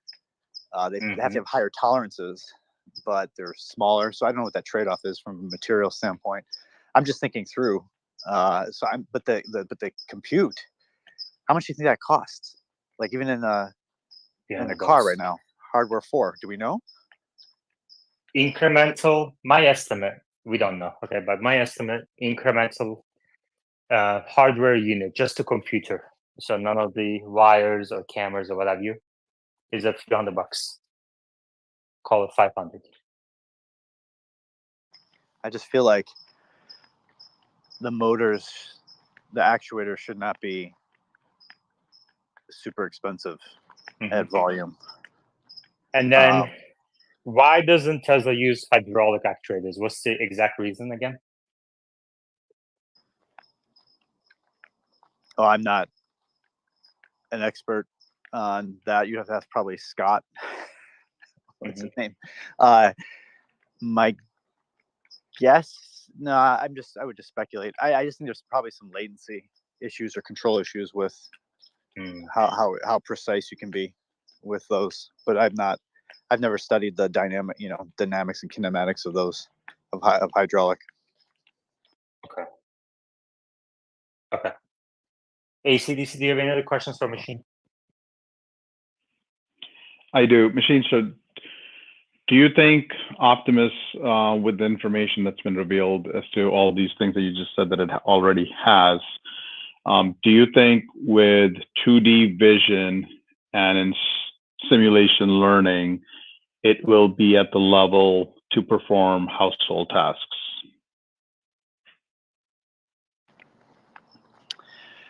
Hold on. Can I ask the same question a different way? Machine, when do you think Optimus will be in homes? Well, those are two different. But well, answer both. I don't think I think the hardware that Optimus currently has is sufficient to accomplish a large variety of tasks. It's really down to the compute in the brain. Again, if you make the analogy with robotaxis, you say, are the cameras good enough? Then you can just go peer through the cameras and see for yourself. If you can see the objects, then in theory, if you have enough compute, you can figure it out. For Optimus, it's kind of the same, although harder to imagine, is that if you have this clunky actuators and sensor profiles, do you think it's enough to accomplish these tasks? I think we already see what it can do. It can pick up, maybe harder objects. Delicate things might be the hardest stuff to get to, but the harder firm objects where you're not moving very quickly, I think it's going to be able to accomplish in the next year or so. Boom. There you go, ACDC. Pay me my coffee. Omar's on my side. Machine's on my side. Who do you got? No, but so far what we've seen in the Optimus is doing very specific, limited tasks. At least that's what they've made us privy of. But in a household environment, you're talking about millions of miscellaneous tasks. The learning that goes into those tasks, can that be simulated learning, or is it going to be, real life learning that's going to be needed, just like FSD has done for, years and years?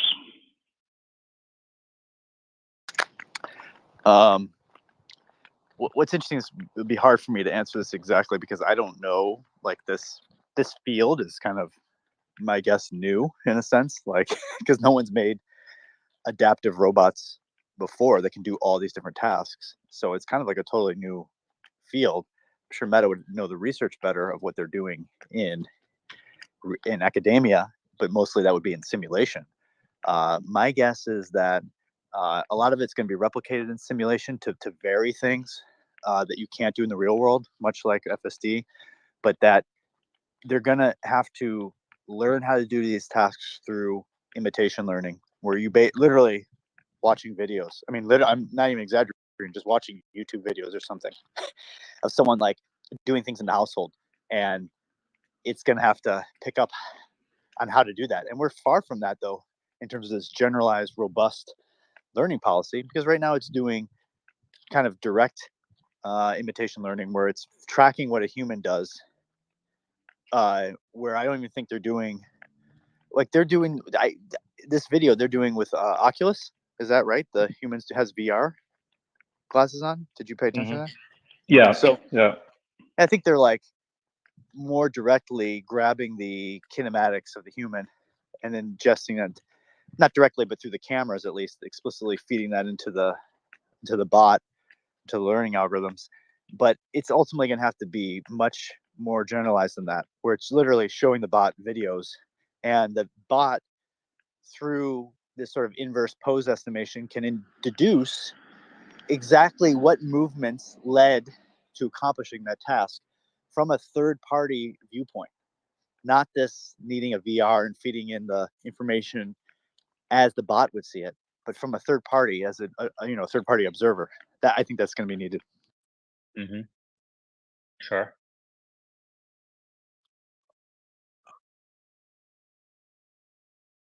But so what? I mean, ACDC. So what? It's kind of simulation versus real world. Like that's why Tesla's going to put thousands of these things in the factory and learn the real world. Why are you raising your hand? Well, I mean, I was going to say, my point of view, of course, is that I just don't care about, as I've said many times, the household. Like, I think that's more complicated to handle a variety of tasks. Whatever. Like I said, you can go replace one worker in each fast food restaurant, and this thing can make so much money. And that's a very limited set of tasks, let alone factory tasks. So there's just the market, total addressable market, so large that I wouldn't focus on the home until you figured out how to do that learning. But even if you literally never figured it out, how to do like this ability to do hundreds of different tasks in the home, this thing will still have a huge market. And I feel good about my bet. And that was my point exactly. That's where we started on a conversation, Yaman, that I don't know where people got it confused that this is a humanoid household robot. I think this is an industrial robot, and it will be much easier to use it for those purposes.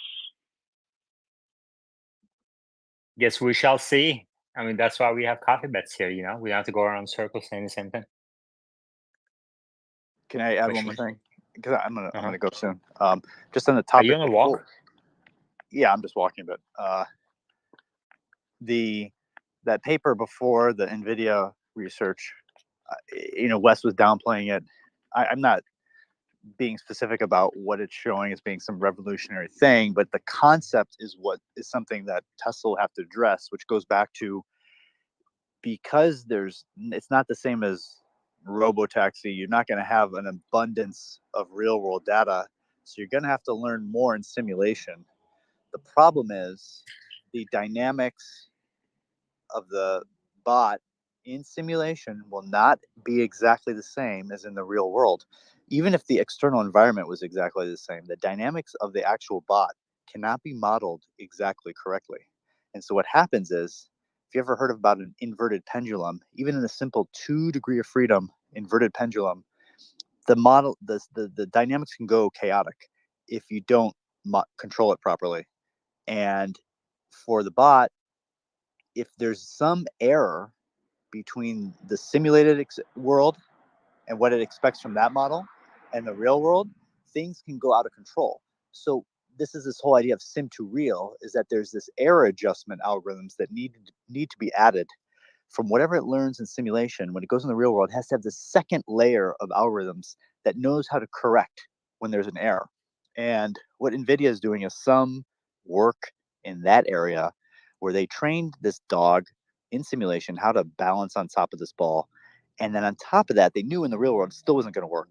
So they have to have these secondary algorithms that are created more quasi real time, and the dog using that to, when it fails, to update and correct itself. So Tesla's going to have to do something like that as well. And I'm going to be curious to see what they come up with. Okay, great. Thank you. Tell your wife that we, as the space, we support her to get a Model 3, a new Model 3. Please tell her that every day. Remind her that this space supports her. I actually did mention, the leases are like really cheap for Model 3. And she's kind of maybe thinking about it a little bit. Yeah, work on it. All right. Tesla will triple. Thanks, Machine. Question for Machine. Do you think we would be able to wear like a VR headset, show it how to, make our eggs or whatever, and it would be able to learn that task just through the telematics and then repeat it and kind of improve on it over time? Nobody's going to pay $20,000 for that kind of thing that you I have think to train it to. I don't know. I don't know what people are going to listen. We're not going to do that. Come on. People paying $3,000 for this Apple, like 10 people. Vision. But I do think you'll be able to do a task like that with some goggles and show it, and then maybe even upload that data to the cloud. And Tesla has some simulator that then takes that case that you just recorded and quickly simulates all these sort of variabilities around it, and then downloads the optimized task for you that the bot could do. I do think that's possible. So I think maybe, I don't think Tesla will be able to sell millions of robots day one that will be able to do everything. There's going to be an early adopter phase that maybe they will sell these VR glasses with the bot, and then that's how the first 1 or 2 years will go. I don't think so. Elon's not gonna. You're talking. I think you're thinking more Tim Cook. Elon's not gonna ship that. Are you kidding me?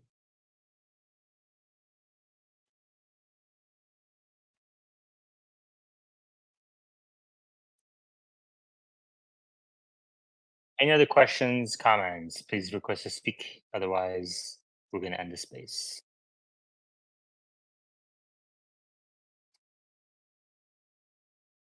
All right. Great discussion. Optimus is obviously going to be a major topic going forward. We have a lot to discuss, a lot to debate, many coffee bets on the way, I see. Great. Thank you very much, everybody. And I will talk to you guys tomorrow.